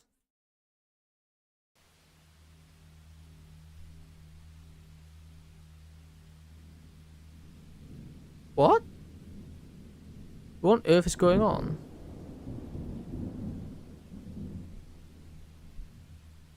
Putting back the slide of my M91. Hey, I ensure there's no failure to load manufacture. Slowly and quietly letting it return to place, I take count of how many magazines I have on me. Next, check my radio to ensure it's operational. Pressing the small button on the backside, the test beep brings into my earpiece to check. Finally, I check a small black Kevlar sachet to my hip. Unzipping the metallic zipper and grabbing several instruments and parts, I take inventory of my weapon modifications. What on earth's going on? I don't know. The only fact is either it might be one of the tests. Everything is here and prepared. Now I have to wait for the cue. Keeping my finger off the trigger, I line outside the brick wall. In front of me is a wooden area I've been briefed on. My targets are roaming through here. Lightning strikes in the distance in unison with my watch's beeping. Turning the corner of the wall, I crouch along the bush line and making sure to stay close to bush and ground as possible. Jumping between tree to tree, I take the tracks on the ground to my target. Leaning down to soft, almost muddy ground, I examine the track. 4 individuals, most likely men due to the foot width, all wearing identical treaded boots. They are moving north along the path. Keeping the sound of the storm as my cover, I keep my pace and path along the bushes. As I follow the track, I can begin to barely hear audible speaking throughout the storm. Can't make out what they're saying, but I can tell there's multiple people conversing. Creeping closer and closer, I keep my hands wrapped around my handgun, finger still off the trigger. Lightning strikes again, allows me to see a group of people I've been tailing. They all wear what looks to be navy blue digital patterned combat uniforms. All match the ID I was given. Right, there they are, Echo. Oh, so this must have been one of our past missions. I need to distract them somehow. Looking around, I notice a pretty large rock that I can throw. Pulling my weapon, I grab the rock and throw it above their heads. This marks another rock next to them and calls them to look towards it and draw their weapons. A flashback. It must be a flashback. Great, now their attention is diverted away. Grab my gun and dart to the left bush line, allowing me to move round to the backs. From one bullet to each of the backs, I dive behind a rock for cover. What on earth? 2 of the men fall to the ground, one drops to his knee and the others turn around, almost doubling over. I don't think they saw me. Good.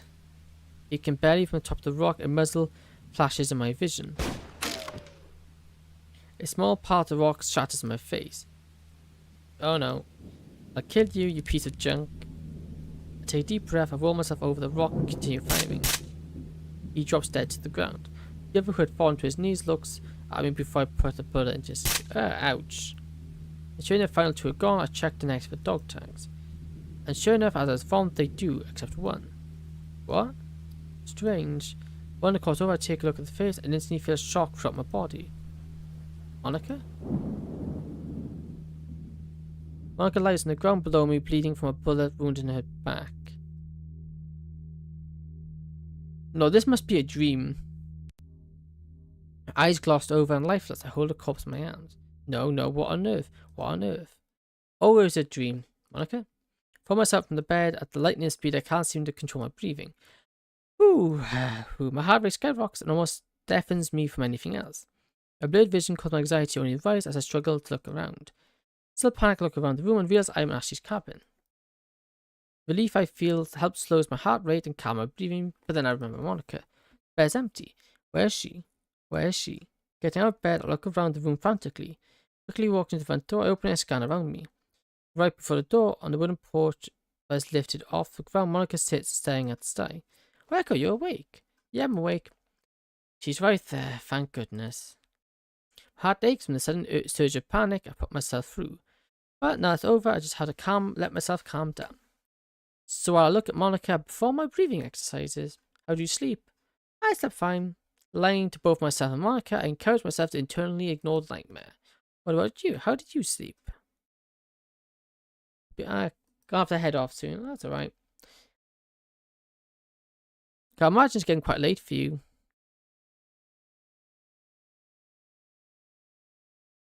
I wonder why. Monica responds with a playful giggle. So you're just out here watching the clouds? Yep, I woke up a bit early this morning after doing a few things. I came out here and decided to look up the sky. Yeah, I was also worried for a second there. It's getting concerning. That sounds relaxing. It really is. So what's the plan for today?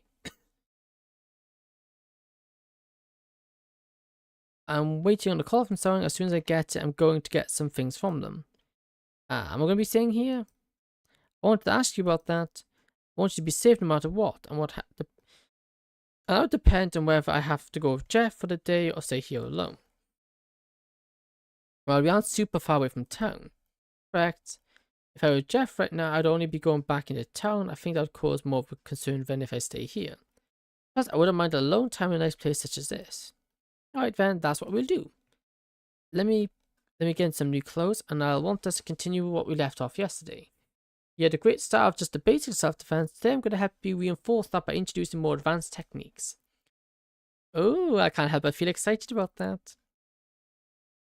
Turn to the field with Monica a few hours later. I continue to teach her more and more about how to defend herself.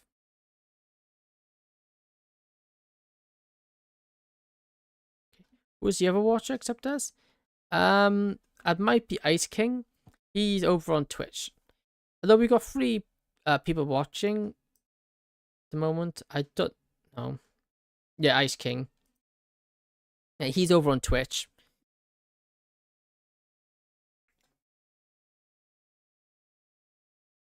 Ah, nice to see you. Because if anything were to happen when I'm not around, she would be expected to fight back. Monica's a tough person. I know she wouldn't let anyone harm her easily. This just solidifies her resolve on my own. I will sleep much better at night knowing this. But in the middle of the instruction, my commission phone starts to vibrate in my pocket. Hold on a moment. I raise my hand, signaling that we're taking a break. With my other hand, I reach into my pocket and grab the phone, flipping it open and answering the call. Hello? 4219, it's me. Mikey, you got anything? I have some information, but you have to come and look at it for yourself to see if it's useful. Roger, I'll be down there in a few hours. End the call and send Jeff a text message. Is that your cue to leave? It will be soon. Jeff is already on his way over. I'll just let him know that I'm ready to go as soon as he gets here. So we have a little more time, right? Yep. Then why don't we take a break and read something? I'd love to. Walking up the steps to the field office and into the air-conditioned main lobby, avoid eye contact of the several leaving and arriving business personnel. The main lobby is much bigger than you'd expect. The very pristine marble flooring almost invites your presence alone. To the left of the large glass entrance, a bunch of costly furniture sits around a coffee table. To the right are some doors that lead to a more logistical area of the offices. Storage room, maintenance, and other essential staffing areas locked behind them. I see, but why doesn't he comment? Everyone does it. The last time I enjoyed. I see, but why doesn't he comment? Everyone does. It is the last time. It's the last time I enjoyed it. I listened to a stream. Was enjoying this to 3 months ago. Ah, I'm glad this one is. I'm glad you're enjoying this one. There was one streamer out there that I really enjoyed watching, but sadly they haven't streamed in 3-4 months now. Other than that, I find it really hard to enjoy a stream myself, because I find there's only one big streamers. There's only one big group of streamers I like to watch, and other than that, there's not really any other streamers I particularly watch myself. But I find sometimes it's just really not hard to enjoy. I don't really know how to describe it really. Storage, maintenance, never. But directly in the middle of the lobby, cornered off the rest of the building, is a receptionist desk. Walking past Lester to the desk and further into the building, I reach a more open room with elevators, stairways, and paths decorated with red carpet. I'm watching one of my favorite streamers right now. Hey, thank you. Thank you. I'm glad I'm able to keep that. I'm glad I'm able to have that title. Thank you. Walking up one of the staircases, I go through several access control points, checkpoints, and reach Julia's office in no time. Opening the door reveals Mikey sitting off to the side of Julia's desk, tapping away on a laptop. She looks for a split second and makes eye contact with me, but returns her attention to the laptop. Good afternoon, Mikey. Good afternoon, 4219. What do you have for me? Mikey speaks without moving her attention from the laptop screen, typing consistently. So, I found a bunch of information that you might find useful, but I will leave that for you to determine. Now, there's a lot in there, and you aren't technically supposed to see.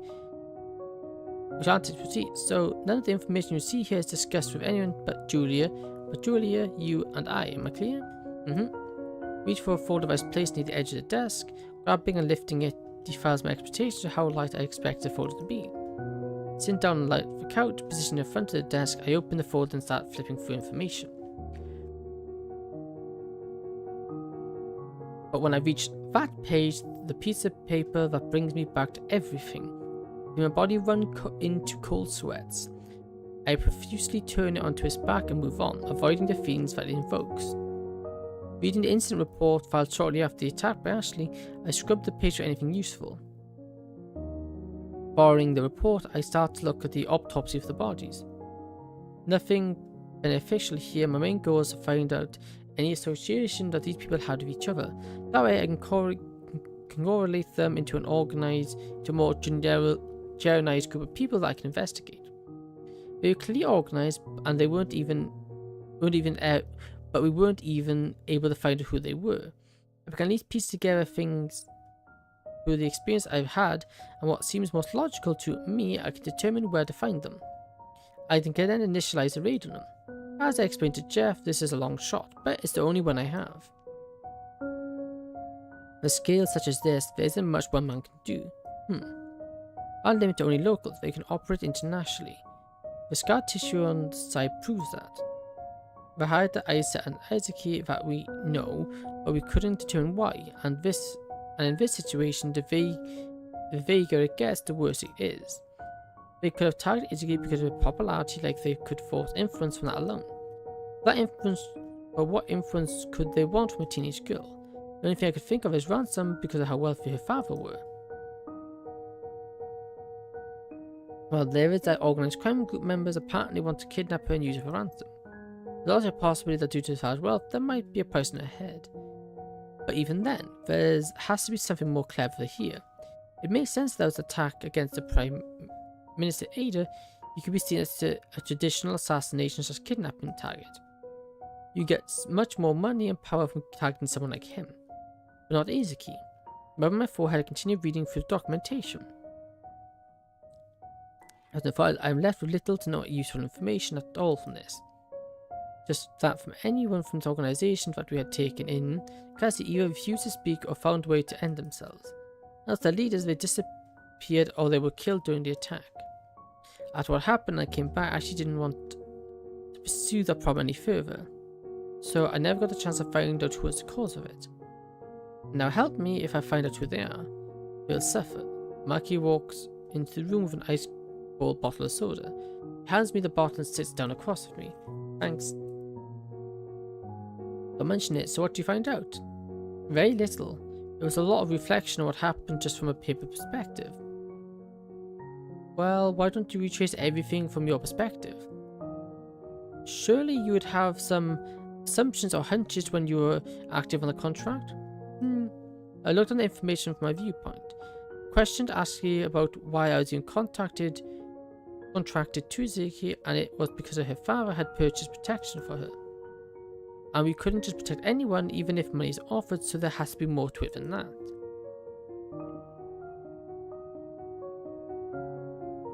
The only reason I could think is that Izaki was the target of these people, and for some reason Angie and her father found it necessary to reach out and assign me. There had to be something else we weren't seeing, something else that we weren't getting.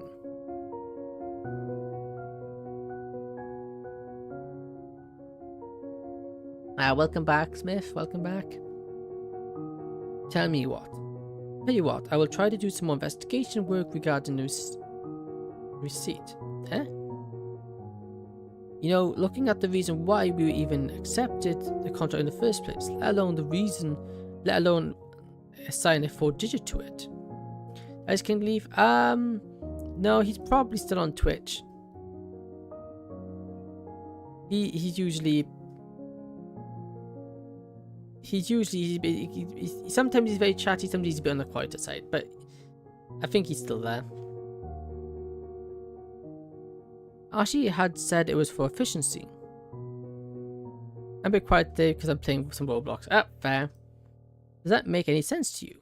Yes and no. I can understand why sending 1 4-digit instead of a team of 5 is effective, but not for this type of a deal. Exactly. Maybe there was something Ashi never told you about the sound for this that we hadn't found out yet. Not likely. She was very open with me about it. Well, since it's getting late, go to wherever you're staying and get rest. I'll let you know if I come up with anything. Do you need a ride home? It's not too late to bother Jeff, but it's a long drive, so I'm afraid so. I'll arrange a ride for you. Oh, hey, welcome Assassin. No, we were talking about Ice King. And welcome to stream. How are you doing? Waking up in the dirt trail towards Ashkan, I keep my wits about me so I can sense if anything has happened. The people, YouTube people are talking about Twitch people. Yep. The light inside is on and the sunset doesn't reveal anything suspicious. Keeping quiet while I reach the door and I open it and peer in. Monica? The empty room instantly sends me into alert. Walking completely into the cabin and knocking the bathroom door and closet doors. Nothing. Oh no. Rushing out the front door, I quickly pace myself around the side of the cabins for footprints. After paying extra attention to the dirt and grass around the cabin, they remain undisturbed. No, I shouldn't have left Monica alone here. Yeah. What was that? I turn my body in circles to pinpoint the sound. Hearing it again, a shocking realization hits me. That's Monica. Getting in the direction of the sound, I start to sprint towards her. Finally reaching the field, I sprint out into it. Echo? Monica, are you alright? Yeah, why'd you ask? You weren't at the cabin when I came back right now. I heard you off in the distance and feared the worst. You worry too much, Echo. A voice behind me sends an ice cold sweat on my back. Oh no. It says fortunate. Yeah, it's quite good. Hello, it's me, XY, but in Twitch. Hey, welcome over on Twitch. Welcome to Twitch. Slowly turning around, I noticed Julie in her usual exercise attire glare back at me. What on earth are you doing here? Julie has been teaching me more about how to defend myself. Has she now? Yes, now would you mind? We're having a little girl time. Go get lost for a while. She says that and waves me off. Complying, I wave at Monica as I walk back to the cabin. Well, I like both of them. Fair. Hello, first some chatter. Whoa, a lot of Twitch people. Yeah, there sometimes is, yeah. It's up to 4 now. It is nice. I stream on both because it helps me get more exposure, and it's good. Some people like Twitch over YouTube and stuff like that. Excuse me. Indeed, it's quite a shock that Julie showed up out of nowhere, but I can't say I don't like it. I'm extremely relieved that she's here. It means I can get a chance to apologize, maybe even ask her for help. However, I won't keep my hopes high. She acted cautiously, even by her standards, and I wouldn't blame her. I told her she was nothing to me, so I wouldn't for a second doubt she's still hurt. I'm grateful that she's teaching Monica stuff to defend herself. I learned how to fight from both Ashley and her. The best thing is I haven't had one ad this whole stream. Yep, no streams on this. We have no ads on my streams because I am not monetized to ads. And also, I don't think I'll ever do stream ads. Really, I don't like the idea of stream ads. I find, well, at least when I'm watching stream, ads really put me off because it's just annoying when you end up missing stuff. You're watching it and then it goes in. Then you have like 30 seconds where you don't know what's happening. I don't like it myself. For now, I guess I'll just sit back and think until both the girls return. Stepping up from the wooden porch and through the door, I start walking towards the bed before something catches my eye. A small book lays on the countertop that leads into the kitchen. What is this? Opening it up and inspecting the first page is a special notebook that has writing on the majority of the pages. On Twitter's words, it's 60. Ah, yeah, it's horrible, that is. And it's also, as well, there's ads, so when you join a stream, you have an ad for like 60. Me too, but I think automatic for streamers above 500 subscribers. Correct me if I'm wrong. You are half right, like that can make money. Yeah. Harder, which it's 1,000. You have to get memberships is 500 subscribers. For monetization is 1,000 subscribers and 4,000 public watch hours. So I got a while before I ever have to think about that. But all in elegant handwriting that I haven't seen since Ashley was alive. Each of the pages show different poems and written work that Ashley must have kept to herself. But on one of the last pages I feel my stomach drop. As we travel down this winding path with our fingers intertwined, strange noises echo throughout the trees. The winds gently stroke your face. Wild and shrouded things surround us, but these we do not fear, for we are travelling down this path and staying ever near. My son, my one day the path may split. By your side I may not stay. When this time comes, do not be afraid. Hold fast and mind your way. I have seen you brave the darkness and the tenderness of the night, and throughout the darkness of all the dark, you have always been my light. And someday, my son, when I am gone, the journey you'll continue. Another soul may wander too, and speak something within you. Spark something within you. Reach out, my son, with your hands reach out, and travel by their side. Three are stronger than just one. For I will be your guardian. I'm making you a promise, son. In your mind, hold it ever fast. I wasn't there for your first breath, but I'll be with you until my last. Oh, that's such a nice poem. I'm speechless. This came from Ashley? No, it couldn't have. She was never this way with me. She never spoke or acted like this, unless she purposely hid it from everyone. Licking the tip of my thumb and turning the page, I found one last poem. But it's not in Ashley's handwriting, it's in someone else's. Oh, this is probably Julia's. This hand I hold is my strength, my rock when I am weak. It guides me through the darkness and saves me from the shadow of death. The hand I hold is not my own, and is not one but two. It is a partnership of mine and his, but it's also a part of you. You took this hand before I did. You led it down the path. You gave this hand the strength and courage, and passed it gently to me. This hand I will hold forever. I will quell its fear and tend its wounds. And in this task I am not alone, as a mother's love never ends. Reading Monica's writing, I picture how Ashley would have responded to it. This was an unspoken bond between Monica and the woman who raised me. Without even telling me, Monica accepted the responsibility Ashley had hoped one day someone would take. First time in fiction I see someone who wears a mask. Glad you get more popular, since it's always felt a bit lonely with just me and you here. Yeah, not that there's anything wrong with that, but I will admit, having more people is always nice. It gives both yourself and myself people to talk to, which is nice. It's not a ladybug though. Yeah. Something within myself has changed. I don't know what, but I feel different now. Not knowing what else to do, I shake my head to remove the thoughts.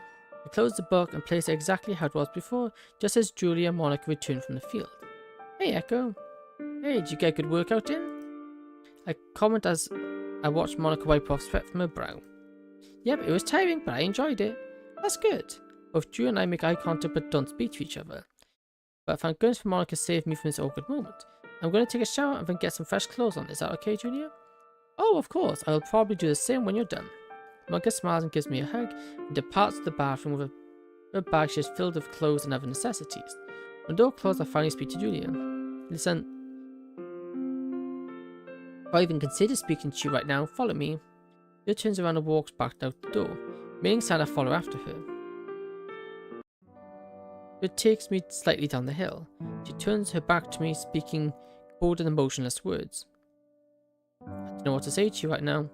Part of me is happy to see you, part of me wants to cry, and part of me wants to so badly throw you up and down this trail. Well, that was great, but it really was. Then I see that girl in there, and those emotions become even more complex.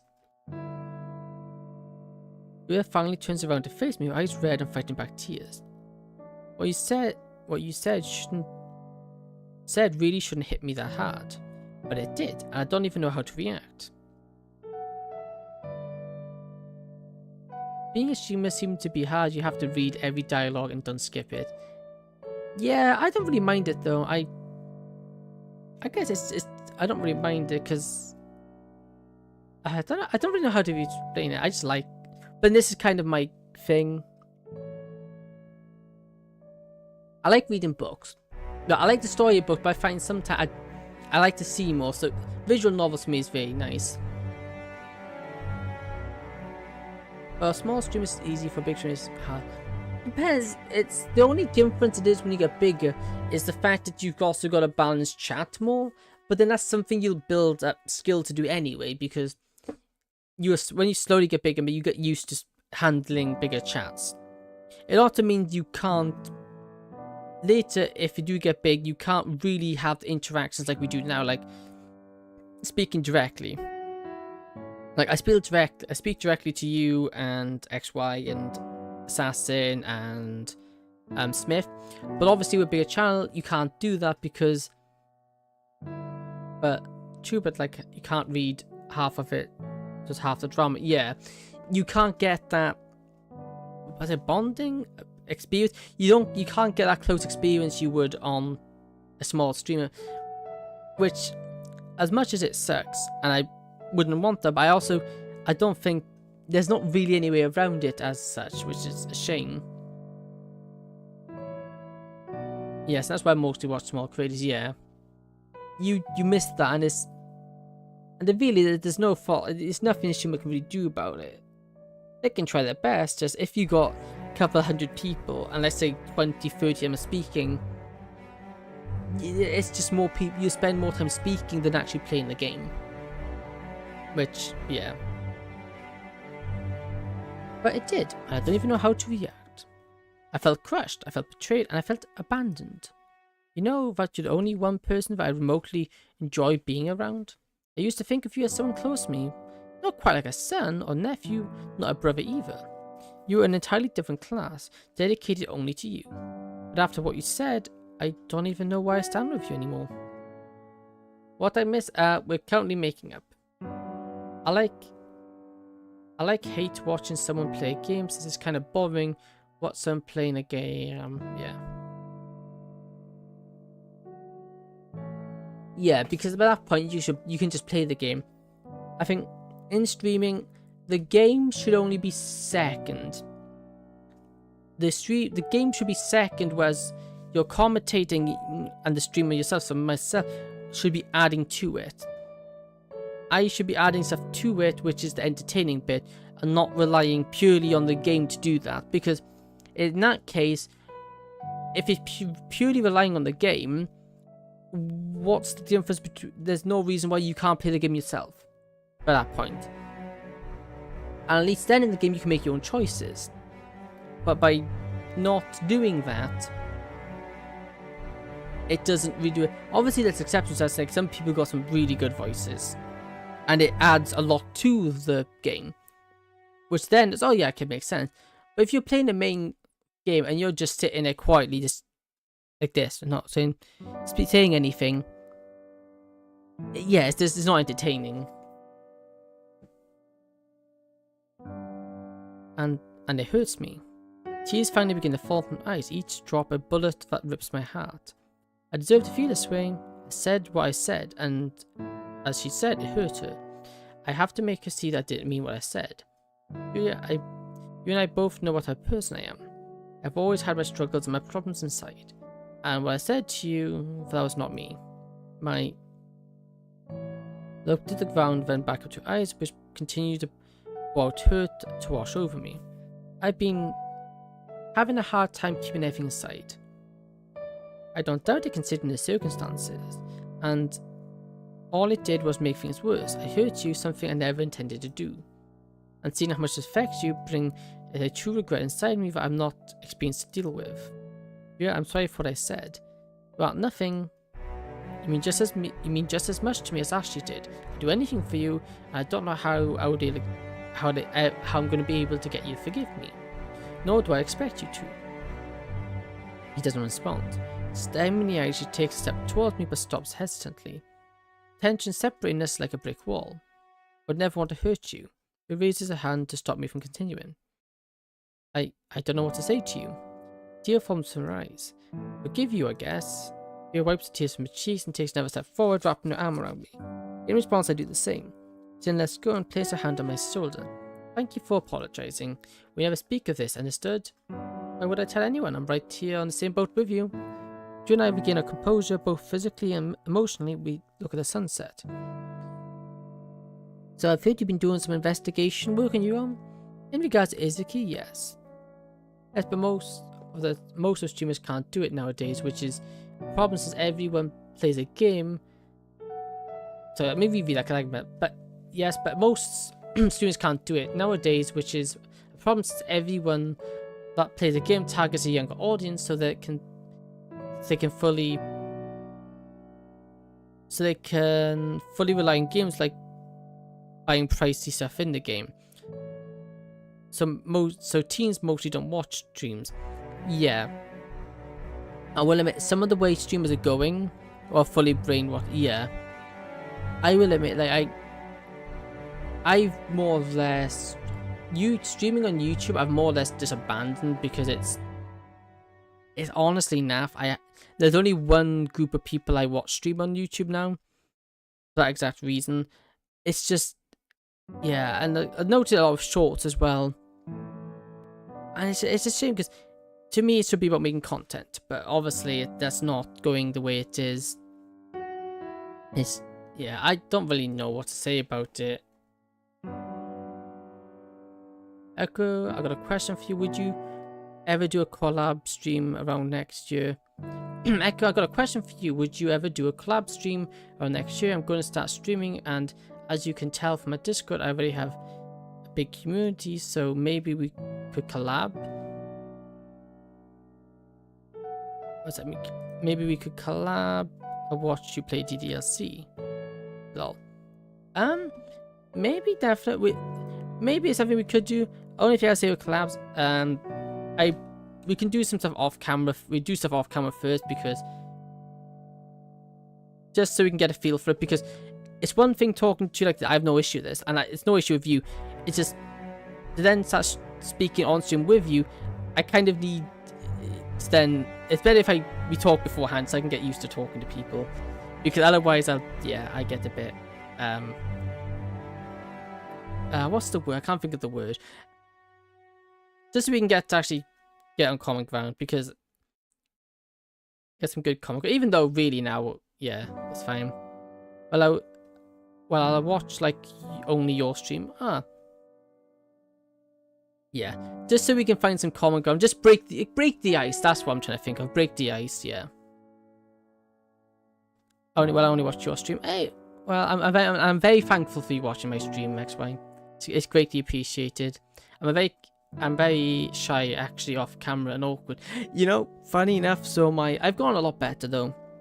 I have improved on that myself a lot. And actually, streaming is actually something that really helped me with that. Still not great, but it's getting better. And let's continue. In regards to Izuki, yes. Mizuki left me a page. Mikey left me a page to let you know. Drop by it. Did you learn anything you needed? I'm left with more questions than answers. But since your girlfriend's in the shower, let's talk business then. At least we're making progress. Exactly. It's not about being able to perfectly just fix it. It's just something you work at and you just get better at over time. It's just something you gotta work at. So don't expect results like instantly, because realistically you won't recognize results until you look back, because results happen slowly, and the problem when things happen slowly, you don't notice it. So I think it's very important to look back to see progress. That's why, like, I'm looking, like, I check back at most of my streams. Like, my commentary now is a lot better to what my commentary was, let's say, the start of the year. Oh no, last year. Like, off YouTube, yeah.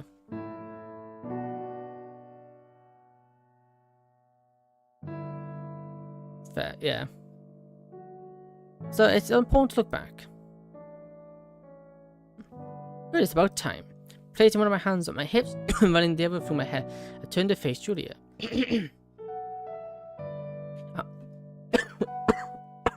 Sorry, a sec.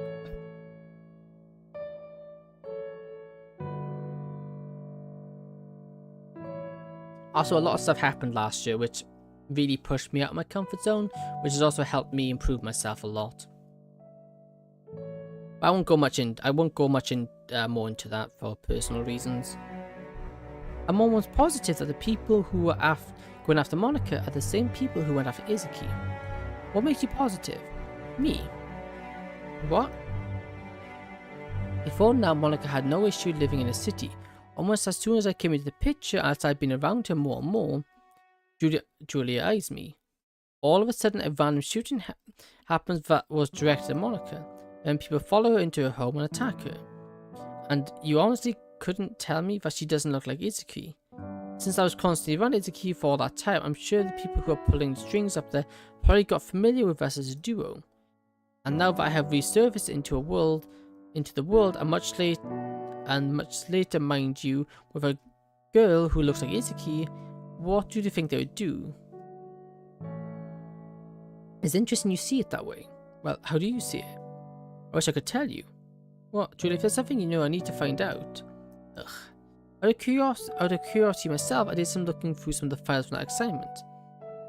Some stuff doesn't make sense, but I'm not to question the documents that were filled out before my time. What didn't make sense to you? Almost instinctively, we both say the same thing. I'll go a little bit into my progress I'm slowly starting to talk to my other classmates, since I usually just talk to my friends and my best friends, so I'm getting out my comfort zone. Hey, that's good. And that's an amazing good start. Even if it's only just as little as a hello or good morning, that's a brilliant start. That's a really good start. Well done. Congrats. Very good start. And it's little bits like that which is important. It's not these big steps, it's little steps like that which helps. And just get you used to it. So yeah, well done. Proud of you. It didn't make sense to protect Izuki. You think that as well? At first I only questioned it as much as I actually would allow. But then I shipped outside being on Izuki and my questions faded. Men are stupid when it comes to love. Hey, some of us can be pretty smart when it comes to too. If you're insinuating that you've been smart through all this, I'd have to argue a few points there. She chuckles. There's something I need to tell you. What is it? The agency wasn't interested in protecting Izuki. What? What do you mean by that? Records indicate that the agency was more focused on her father. Her father? But why would they be focused on him? If I could, I would hug you for real, but for now, chatting will do. Yeah, I think I prefer that. I'm not really one for hugs. It makes me very awkward. I find them very uncomfortable and awkward myself. But thank you. Here's the reason Izuki even got protect. Oh my. I really like staying in my comfort zone and social stuff. I hate being very human beings that all talk to me, ask me what I like, what is in the same room as me, as I'm watching or listening to someone. Yeah, I will admit, sometimes when people try to force themselves, it can be a lot.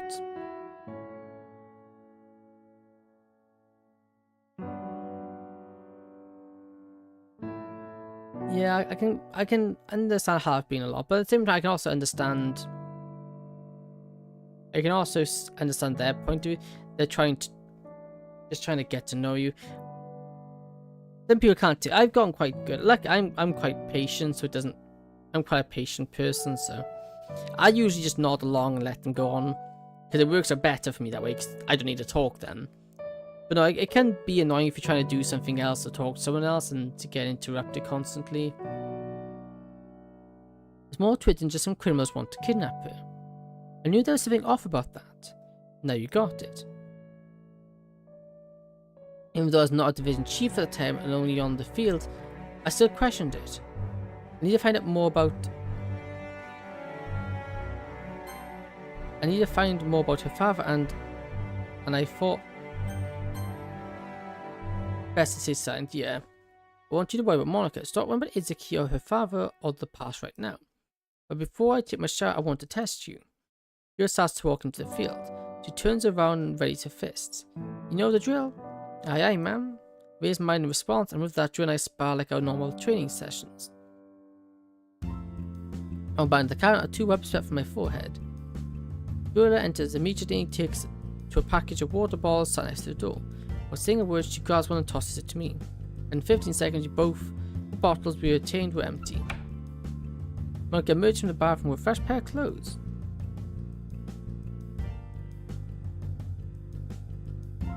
Included a new tank top with frilly design on the collar. I'm still... Well, I'm silent, but... they still start talking to you, yeah. Hey, welcome. Oh, propose. Yeah, that's a bit random. I will admit, proposing is a bit much. Hey, welcome, Arrow. Welcome. Welcome to stream. How you doing? The scent of a body wash comes from the bathroom and makes this cabin smell very pleasant. Well, it took so long, I peeked out after I came in here and you two were gone, so... Oh, sweetheart, don't even fret about that. I had to take this kid out and teach him some respect. Well, if that's what you were doing, then I guess I was the one teaching you. Judas smacks me on the back. Is that a new shirt? Oh yeah, I got it a while back, but I never got a chance to wear it. Do you like it? Yeah, I do. You're great in it. Monica beams and places her hand in mine. I'll be the last person to take the shower. My hand free, I point my thumb to the bathroom, indicating for Julia to get in there. Julia takes a change of clothes and takes the bathroom, leaving Monica and I alone. So how was spending time with Julia? It was fun. She taught me a lot, and I feel more comfortable about myself. I nodded in supportive agreement. So, did you learn anything while you were gone? Actually, now I think I'm a lot closer to some information that will reveal everything. Information like what? For your safety, I don't think you need to know that. I can handle it on my own anyway. Listen, I think we need to talk about that. Alright? Yeah, that's a bit weird, like your first interaction and they propose to you, that's like mad. Day 12, girls must like you a lot, or boys, depending on your gender, yeah. Fair play. She guides me to the bed and sits both of us down. I know you want to do all this on your own. I want to help you. Can't sit idly by and let my boyfriend fight not only his battles but mine on top of that. I'm sorry, but I'm not the person who lets someone fight her battles for her. It is something we have to fight through together. We're not a lone wolf anymore, you have someone by your side to help. How did you... Julia told me. Alright, I get your point. I just don't want to put you in a position that could result in you being hurt.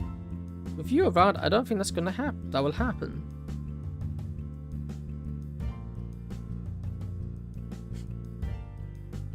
Fair enough. Monica wraps her arms around me and gently rests her head on my shoulder. I wrap my arm around her and hug her back. We let go of each other and I look into her eyes. I understand, Monica. Let me explain what my main concerns are regarding this. Tell Monica about the questions Izuki fathers and what correlations he had regarding this. She sits in silence absorbing the information. That certainly is a lot. You never heard any of this, okay? Right. So is Julia gonna follow up on that? Well, for me they were real people, so I said no for both. But though, yeah, that would that's a lot, especially if you don't know them. That's like kind of a lot. So Julia's gonna follow up on that? That's what she told me earlier.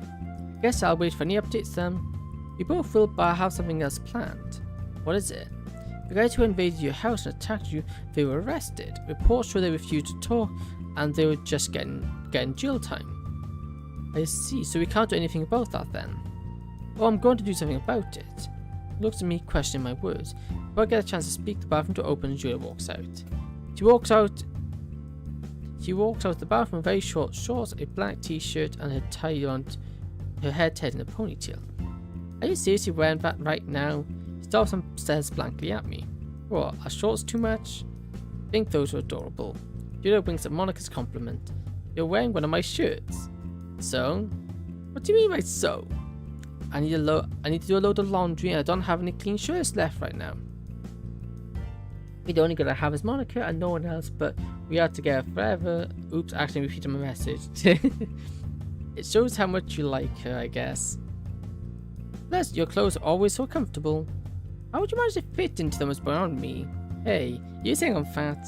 No, you brunette bimbo, those shirts are really tight fitting on me, and you squeeze your... Your face blushes as she looks away. I don't know if that was a backwards compliment or if you were trying to make a genuine point. A little of both. Well, I have friends, but it's mostly like they talk to me, take my phone until I go talk to them, which... They take my phone until I go and talk to them, which sucks since I read from their fanfics. I guess that's one way to get someone to talk to you. A little both. Monica starts to laugh so hard that I make sure she takes a breath before passing out. Well, too bad I have nothing else to wear. You're fine, Jules. Just don't ruin the shirt because it's a nice one.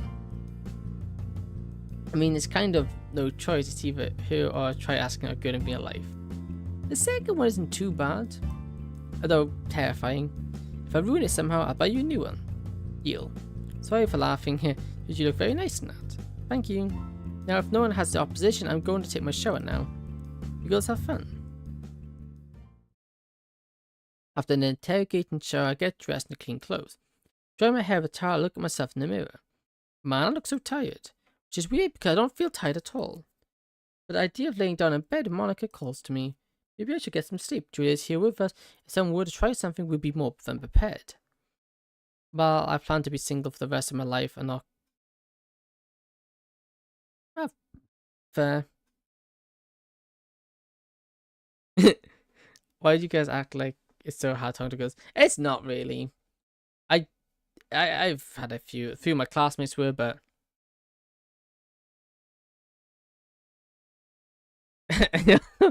oh, that's unfortunate. That's not nice. I haven't anything of that. No, I actually don't have any issue with it. Asking someone out, and no matter the gender, is horrible. Asking anyone out, is no matter the gender, is like, yeah, no, thank you. But no, I've known a few that have been decent. No, but we mean no offense by it. Apologize if you caused any. Maybe I should get some sleep. Julie's here, yeah. As I reach the bathroom door, I freeze when I hear my name mentioned in the other room. I worry about him. You're not the only one. Even I can tell he's extremely stressed about this. Not to mention it brings back some painful memories for him. Yeah, that's right. He told me he protected this girl. Izaki was her name, right? She and I look similar when all this stuff happened. He thinks it's because of that coincidence. He never told me what happened to this girl, and to be honest, it kind of makes me worry. Worry how so? Well, because he seems pretty close with her, and I can only imagine what happened and why they ended up here today. Unlucky though, like one of my friends has 7 exit Mike. That's a lot. And the things that come to mind are not so good. I can tell you one thing. What is it?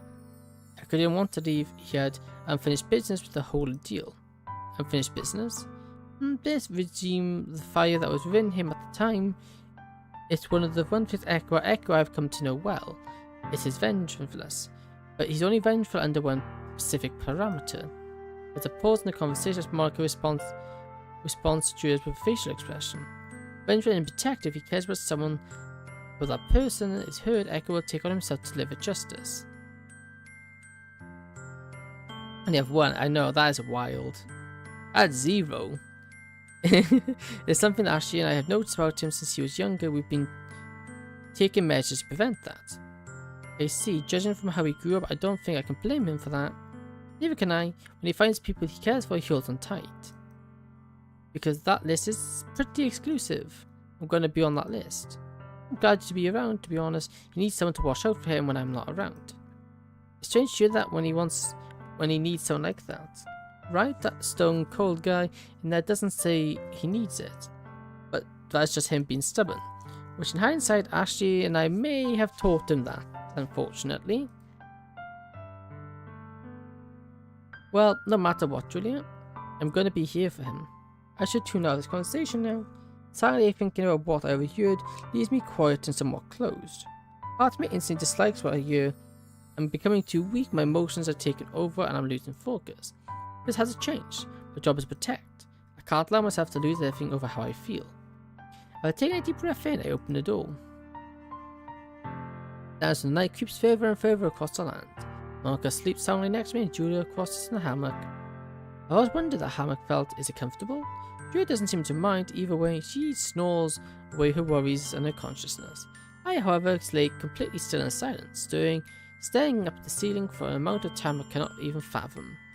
Well, I have to go to sleep or Mum kills me, so bye. Thank you for stopping by. Have a good night. What time is it? Well, it's 10. Well, I'll have to be ending up stream soon myself. It's 10 o'clock, 10 PM for me.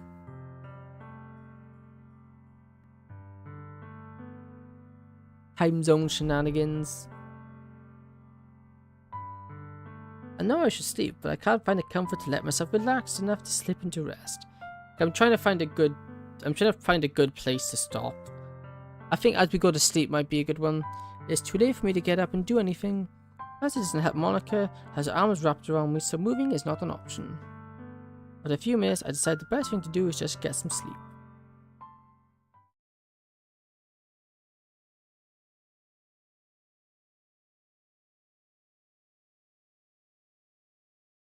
Okay, I think we've finished the stream because this is our last memory. Wait, are you also in Asia? Because that's me. Hello, Izuki? The headlights against the ceiling of the car was the rest of the bodies pinned over the back seat. The seat in front of me convex to an angle where I can't see past it. I know my eyes are open, but all I can see is black. Grunting when I move my legs from the back of the window, I fall and slam against the ceiling, which is now on the floor. The car was hit and tumbled down the road. As the world slowly begins to fade in my vision, I look around the car and look for Izuki and her father. Her father is strapped to his seat, hanging from it, his hands barely touching the ground. Sir? I shake his shoulder to see if he's conscious. Ugh, Echo? Don't worry, sir. Give me a minute and I'll cut you down. No. He weakly reaches out for me to grab my wrist. We took her. Please just forget about me. Please give my daughter back. Nice. Who took her where? As your father looks outside the window and weakly points. Hang tight, I'll get her back, okay? Please save her, please. I can barely see anything from here. I look out the window and I see a group of people dressed completely in black dragging her across the asphalt road. She kicks and thrashes around in desperation. Ugh. Her sight stings and draws my attention away. Looking down, I find a moderate-sized piece of glass wedged in my left ear. I don't have time for this. I wrap my hand around the glass and slowly remove the object from my body. Good. Oh, for goodness sake. With my object gone, I continue to crawl out of the window and into the street. With both my hands against the rough ground, I pick myself up to my feet. Immediately grabbing the hanger from my jacket, I switch safety off, aim at the aggressors. Four people surrounding them. They all look dressed in complete black, even wearing face covers to mask their identities. You people are gonna pay for this. Focus my vision on the front and back of my hand. I align my shot to the person dragging me. I've been struck my enemy in the upper chest, near the aortary artery. He recalls back, touching his chest. Darting to the car, I sweep around to the opposite side and ready my weapon. Next attack is the person on the left, who has raised their own weapon and is looking for me. The other two grab both her legs and drag her away forcibly. Gotta be fast at this. Barely peeking around the overturned hood of the car, I fire 3 more rounds at my target, 2 aimed at the upper chest, 1 at the head. This person yells in pain and drops to the ground. The person stands away against the ground as I drop the basketball on the wet floor. I will strike the car next to me and responds to take cover and perform my breathing exercise. Izuki, help me. Get off of me. I see desperate pleas for help and makes me jump to the side, almost ready to climb over this destroyed vehicle and charge at full speed. But that's pretty stupid, I have to think rationally. Go. Hold on a few more seconds, please. Close my eyes as I continue to breathe and think we can approach this. I'm not in the middle of the road, I can't flap from cover to cover. I can't keep using the SUV as cover either, it's his power and the driver's still in. Can't risk the light as well. I think I could fix it. All around hit the side of the SUV. Driver door swings open slowly. Agent, use the door. Driver looks up to me, bleeding profusely from his neck. Don't move, keep pressuring that wound, I'll get us out of here. I don't know if I'm gonna make it, I feel so dizzy. For goodness sake, just hang on. Use the door. Examine the door from the bullet, it's only a little scraped. But the inside shows his belly connected to the hinge to this point. Grab onto the door and firmly kick the inside. Go drastic. Yeah. Wow, that's cool. And like that, the door cracks off. Getting used to the weight, I prop against the car and kneel towards the driver. Yet this will help the pain. To see it poking grabs the stretch. If morphine injects to help calm and make his final moments more comfortable. Taking a cup off the needle, I press it into his arm and inject the morphine. Being quickly throws his head cocks to the side. Thanks. Palming down on the wrist, I grab the door and back out. Someone please help me. We've waited long enough, physically one more way. Keeping the door lying to my left. I use it as a shield when I reach as I reveal myself in the car. Challenging as fast as I can to my opponent, I keep the door placed in front of me to block the fire. Yeah, okay. Last time I watched that movie, I hated dinosaurs. Yeah, if you don't like dinosaurs, that's a bad movie to watch. Peeking from used to be a window above and any struggle to decide what to do. One, the mind decides to flank the car, right continues to drag her. They're going to have me open at an angle, stopping my child immediately back up my distance from my flanking enemy. This is close to the angle they have and allow me to range the advantage. So I step along the side, I raise my weapon to the window and fire blank shots in the direction of the flanking guy. It is a predicted they stopped and revert the track. She managed to kick her aggressor off and tries to pull back away. This gives me the opportunity to move in again. No problem. Sprinting and stretching my legs as far as I can, I close the distance between me and Izaki in a matter of seconds. Slam the door into the agent, they fly back into the ground. Really take him and fire into the head. Ouch. While Izaki looks up at me, I shield both of us from the final remaining aggressor. He stares at me from his face. Covers and drops his firearm to the ground. Next he pulls out a knife and moves me over. He wants to fight me up close. Resting on the ground, I check my magazine for remaining ammo. I have 3 rounds remaining. I could shoot and kill them, wasting the final rounds, or I could save them in case I absolutely need them. It would take me too long to reload mid-combat. Even right now, reloading will give me enough opportunity to pick up the weapon up and return fire. It instantly tells me I can't risk again hit in the crossfire. Give my handgun to her and pull, attach the knife from my own jacket. Now you stay behind the store in case something else shows up with a gun. They'll at least see me first and give you an additional chance to remain hidden. But what do you... Don't worry about me, use this as you have to. Place the gun in her hand and grip her hands around it. Then back up towards my enemy and prepare my stance. Why are you doing this? He doesn't respond, just stares back at me. Not much of a target, eh? Then I'll let you in on something. You're way in over your head. You've made a huge mistake, I promise you'll never live down. If you live, that is. What Tashiwa Anatono no Kiju. Oh, Japanese. Ready for you, agent. As am I. He swings the knife across my neck. I bend backwards and dodge him for my left foot into his ribcage. Grabs my leg and tries to lift. I simply pull on my weight into my leg and jump, putting myself close enough to knee him in the stomach. Hey, we're fighting him! We're beating him, he grunts and I score, but continues a fury of knife swings. Narrowly dodging each one, I try to go on the offensive. I duck, pivot myself around his final swing and dart my knife for his neck. He catches my arm and tries to kick my leg in an attempt to stumble me. Using the grip of both hands, I slip between our grip and pick up the man from his midsection. I create momentum by swinging the guy up to my shoulders and using some of them to slam him onto the ground. Back of his head crashes against the curb with a muffled thud. Oh. He peeks up from the car door and runs over to me. Are you okay? I'm fine, what about you? I don't feel very good. Oh, she didn't get shot, did she? She clutches her stomach and seems weak to stand up. Let me see.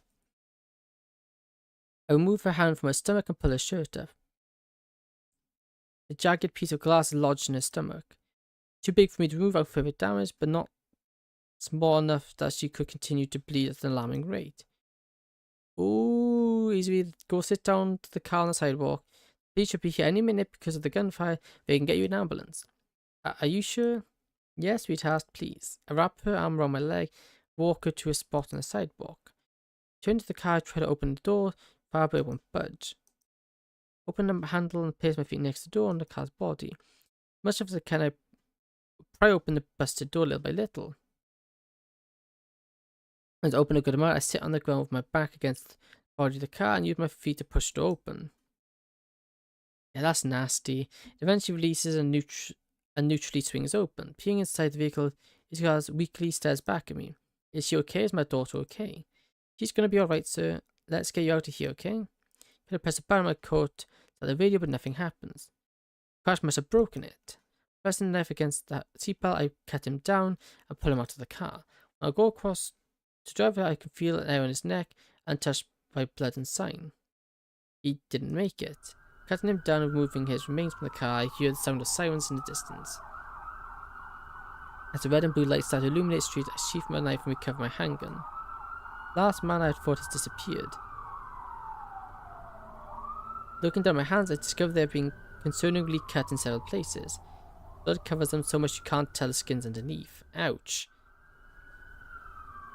Yeah, guys, no, that's his... no, that's our person we were protecting. That's our client we were protecting. By the way, Echo, are you going to stream at university? I don't know about that. The pain never registers to me.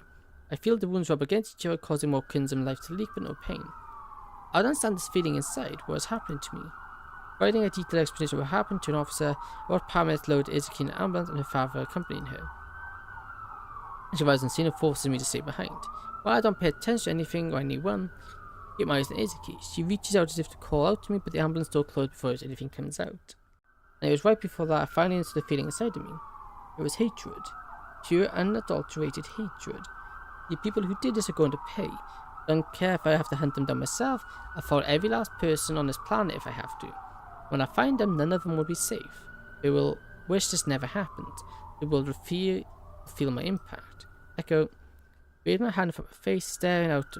What do you want? Are you okay? I've asked you like 4 times already. No, I'm not okay. I want you to find out who orchestrated this. They're going to suffer deeply for what happened tonight. Don't worry about that right now. You have more important concerns. Nothing will be more important than this. Look at you, you're injured, and yet you still want to keep fighting. Yeah, it's not good. I raise my hands and look at them for a quick second. But I don't feel it. Seeing wince as I open my palms. Actually, I don't care what you want at this point. I want you to find out who these people are. And then what? Let you loose? I'm sick of guarding, especially after this. These people are getting away, and you won't let me go after them. Because you're too much of a danger to let loose after this. But a fact? Justifying an outrageous notion to me. Just take my word for it. Yeah, we kinda need one. Right, I'll go get those wounds tended to and prepare for our next move.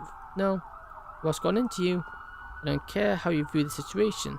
When they lost Izuki tonight, something I don't think I could bear. Seeing her hurt and being loaded in an ambulance made me see things differently. Listen to me, you want revenge for the attack. You're not thinking clearly. Shut up. As she slaps the side of my face and stares at me with furious eyes. I don't know what's gone into you. Maybe it's bloodlust for vengeance. Maybe it's because you have feelings for the girl. Maybe it's because you don't know how to act in this circumstance. I will not have you disrespect me like this. I've raised you better than that. I want the best for you. Now listen to me and get your butt to the paramedic so they can tend to you. With both my hands into fists, I silently comply with her request. Man, kid. Echo walked away from me with the paramedics like I told him to. Normally anyone could say the way he acted because of the attack, but he hasn't been through numerous assignments and fights for his short tenure. However, this changed him somehow, and I think I know what it is too. In my pocket, I grabbed myself and I called Julia. Hey Ash, what's up? I need to talk to you. What's going on? Do you need me? An attack happened tonight and Echo was caught right in the middle of it. Is he okay? I don't know, he turned to be completely honest with you. What do you mean? He's only hurt in a couple of places, but claims he can't feel any of it. But there's more. The driver in the vehicle was killed. Izuki was wounded in the car accident and nearly taken by a group, and Izuki's father was pretty stunned too. Brothers, I have that every time I play a game that allows me to kill, so. But he kept demanding that I let him loose to take these people down. Wait, you don't mean... Is he the same look in his eyes he had that day? My, so you were right. Yeah, I'm going to keep a close eye on him to make sure he doesn't go out of bounds we set for him. But if the girl is hurt, then I don't think we have much control anymore. Forget it, Julia, like, man, I'm going to give up on Echo like that. Now, if anyone can control him, it's best is you. Call you later tonight, answer my call when I do. Think I'm staying up, you got yourself mixed up in a do. So help me, and I will run you up the mill if you don't. Right, fine. Be sending me money for my coffee in the morning. Sure, whatever. Talk to you later. Talk to you later, Julia. Pressing the end button, I watch Pamela decide what to do with him. And I think that is a very good point to end it. I'm going to have to end it because plus it's getting late for me. And this is about the time I usually finish. I've gone a bit longer than I intended to as well. I really didn't think this would go on for this long, but oh well. Yeah, thank you for watching. I hope you enjoyed. If you please consider following and subscribing, I'd be greatly appreciated. Obviously on the represented platforms. And thank you to everyone who has done so already. And special thanks to everyone in chat. It's always good having people smash that. Thank you, Smith, YX. I know YX you've left, but still thank you. Assassin, you were in here as well. Thank you. And last but not least, Ice King, thank you as well. Always greatly appreciated. I will be live again tomorrow. We'll be doing some Stardew Valley with my mate. We plan to do a collaboration stream, so we're going to do some more Stardew. Very good game. I do also highly recommend it. And yeah, I think that's everything for today. So thank you. What time? It will be 7... It'll be between 6 to 8 o'clock. 6 to 7. 6 to 8. Make sure he doesn't cancel on you again. But yeah, hopefully. It should be alright this time, I hope is. If you want notifications when I go live, you can join my Discord. You can join my Discord server. I post. There should be notifications and whatnot there. I'll be about 6 to 8 BST, so British Summer Time.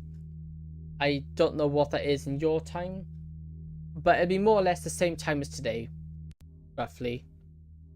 But yeah, thank you. Yeah, as I mentioned, there is my Discord server. If you want to join that, that's also I keep all information up on there as well, because it's a good place to put it. Yeah, thank you. I hope you have a good morning, afternoon, evening, and night. So yeah, I think that's everything now, and goodbye. Thank you for watching. It's greatly appreciated.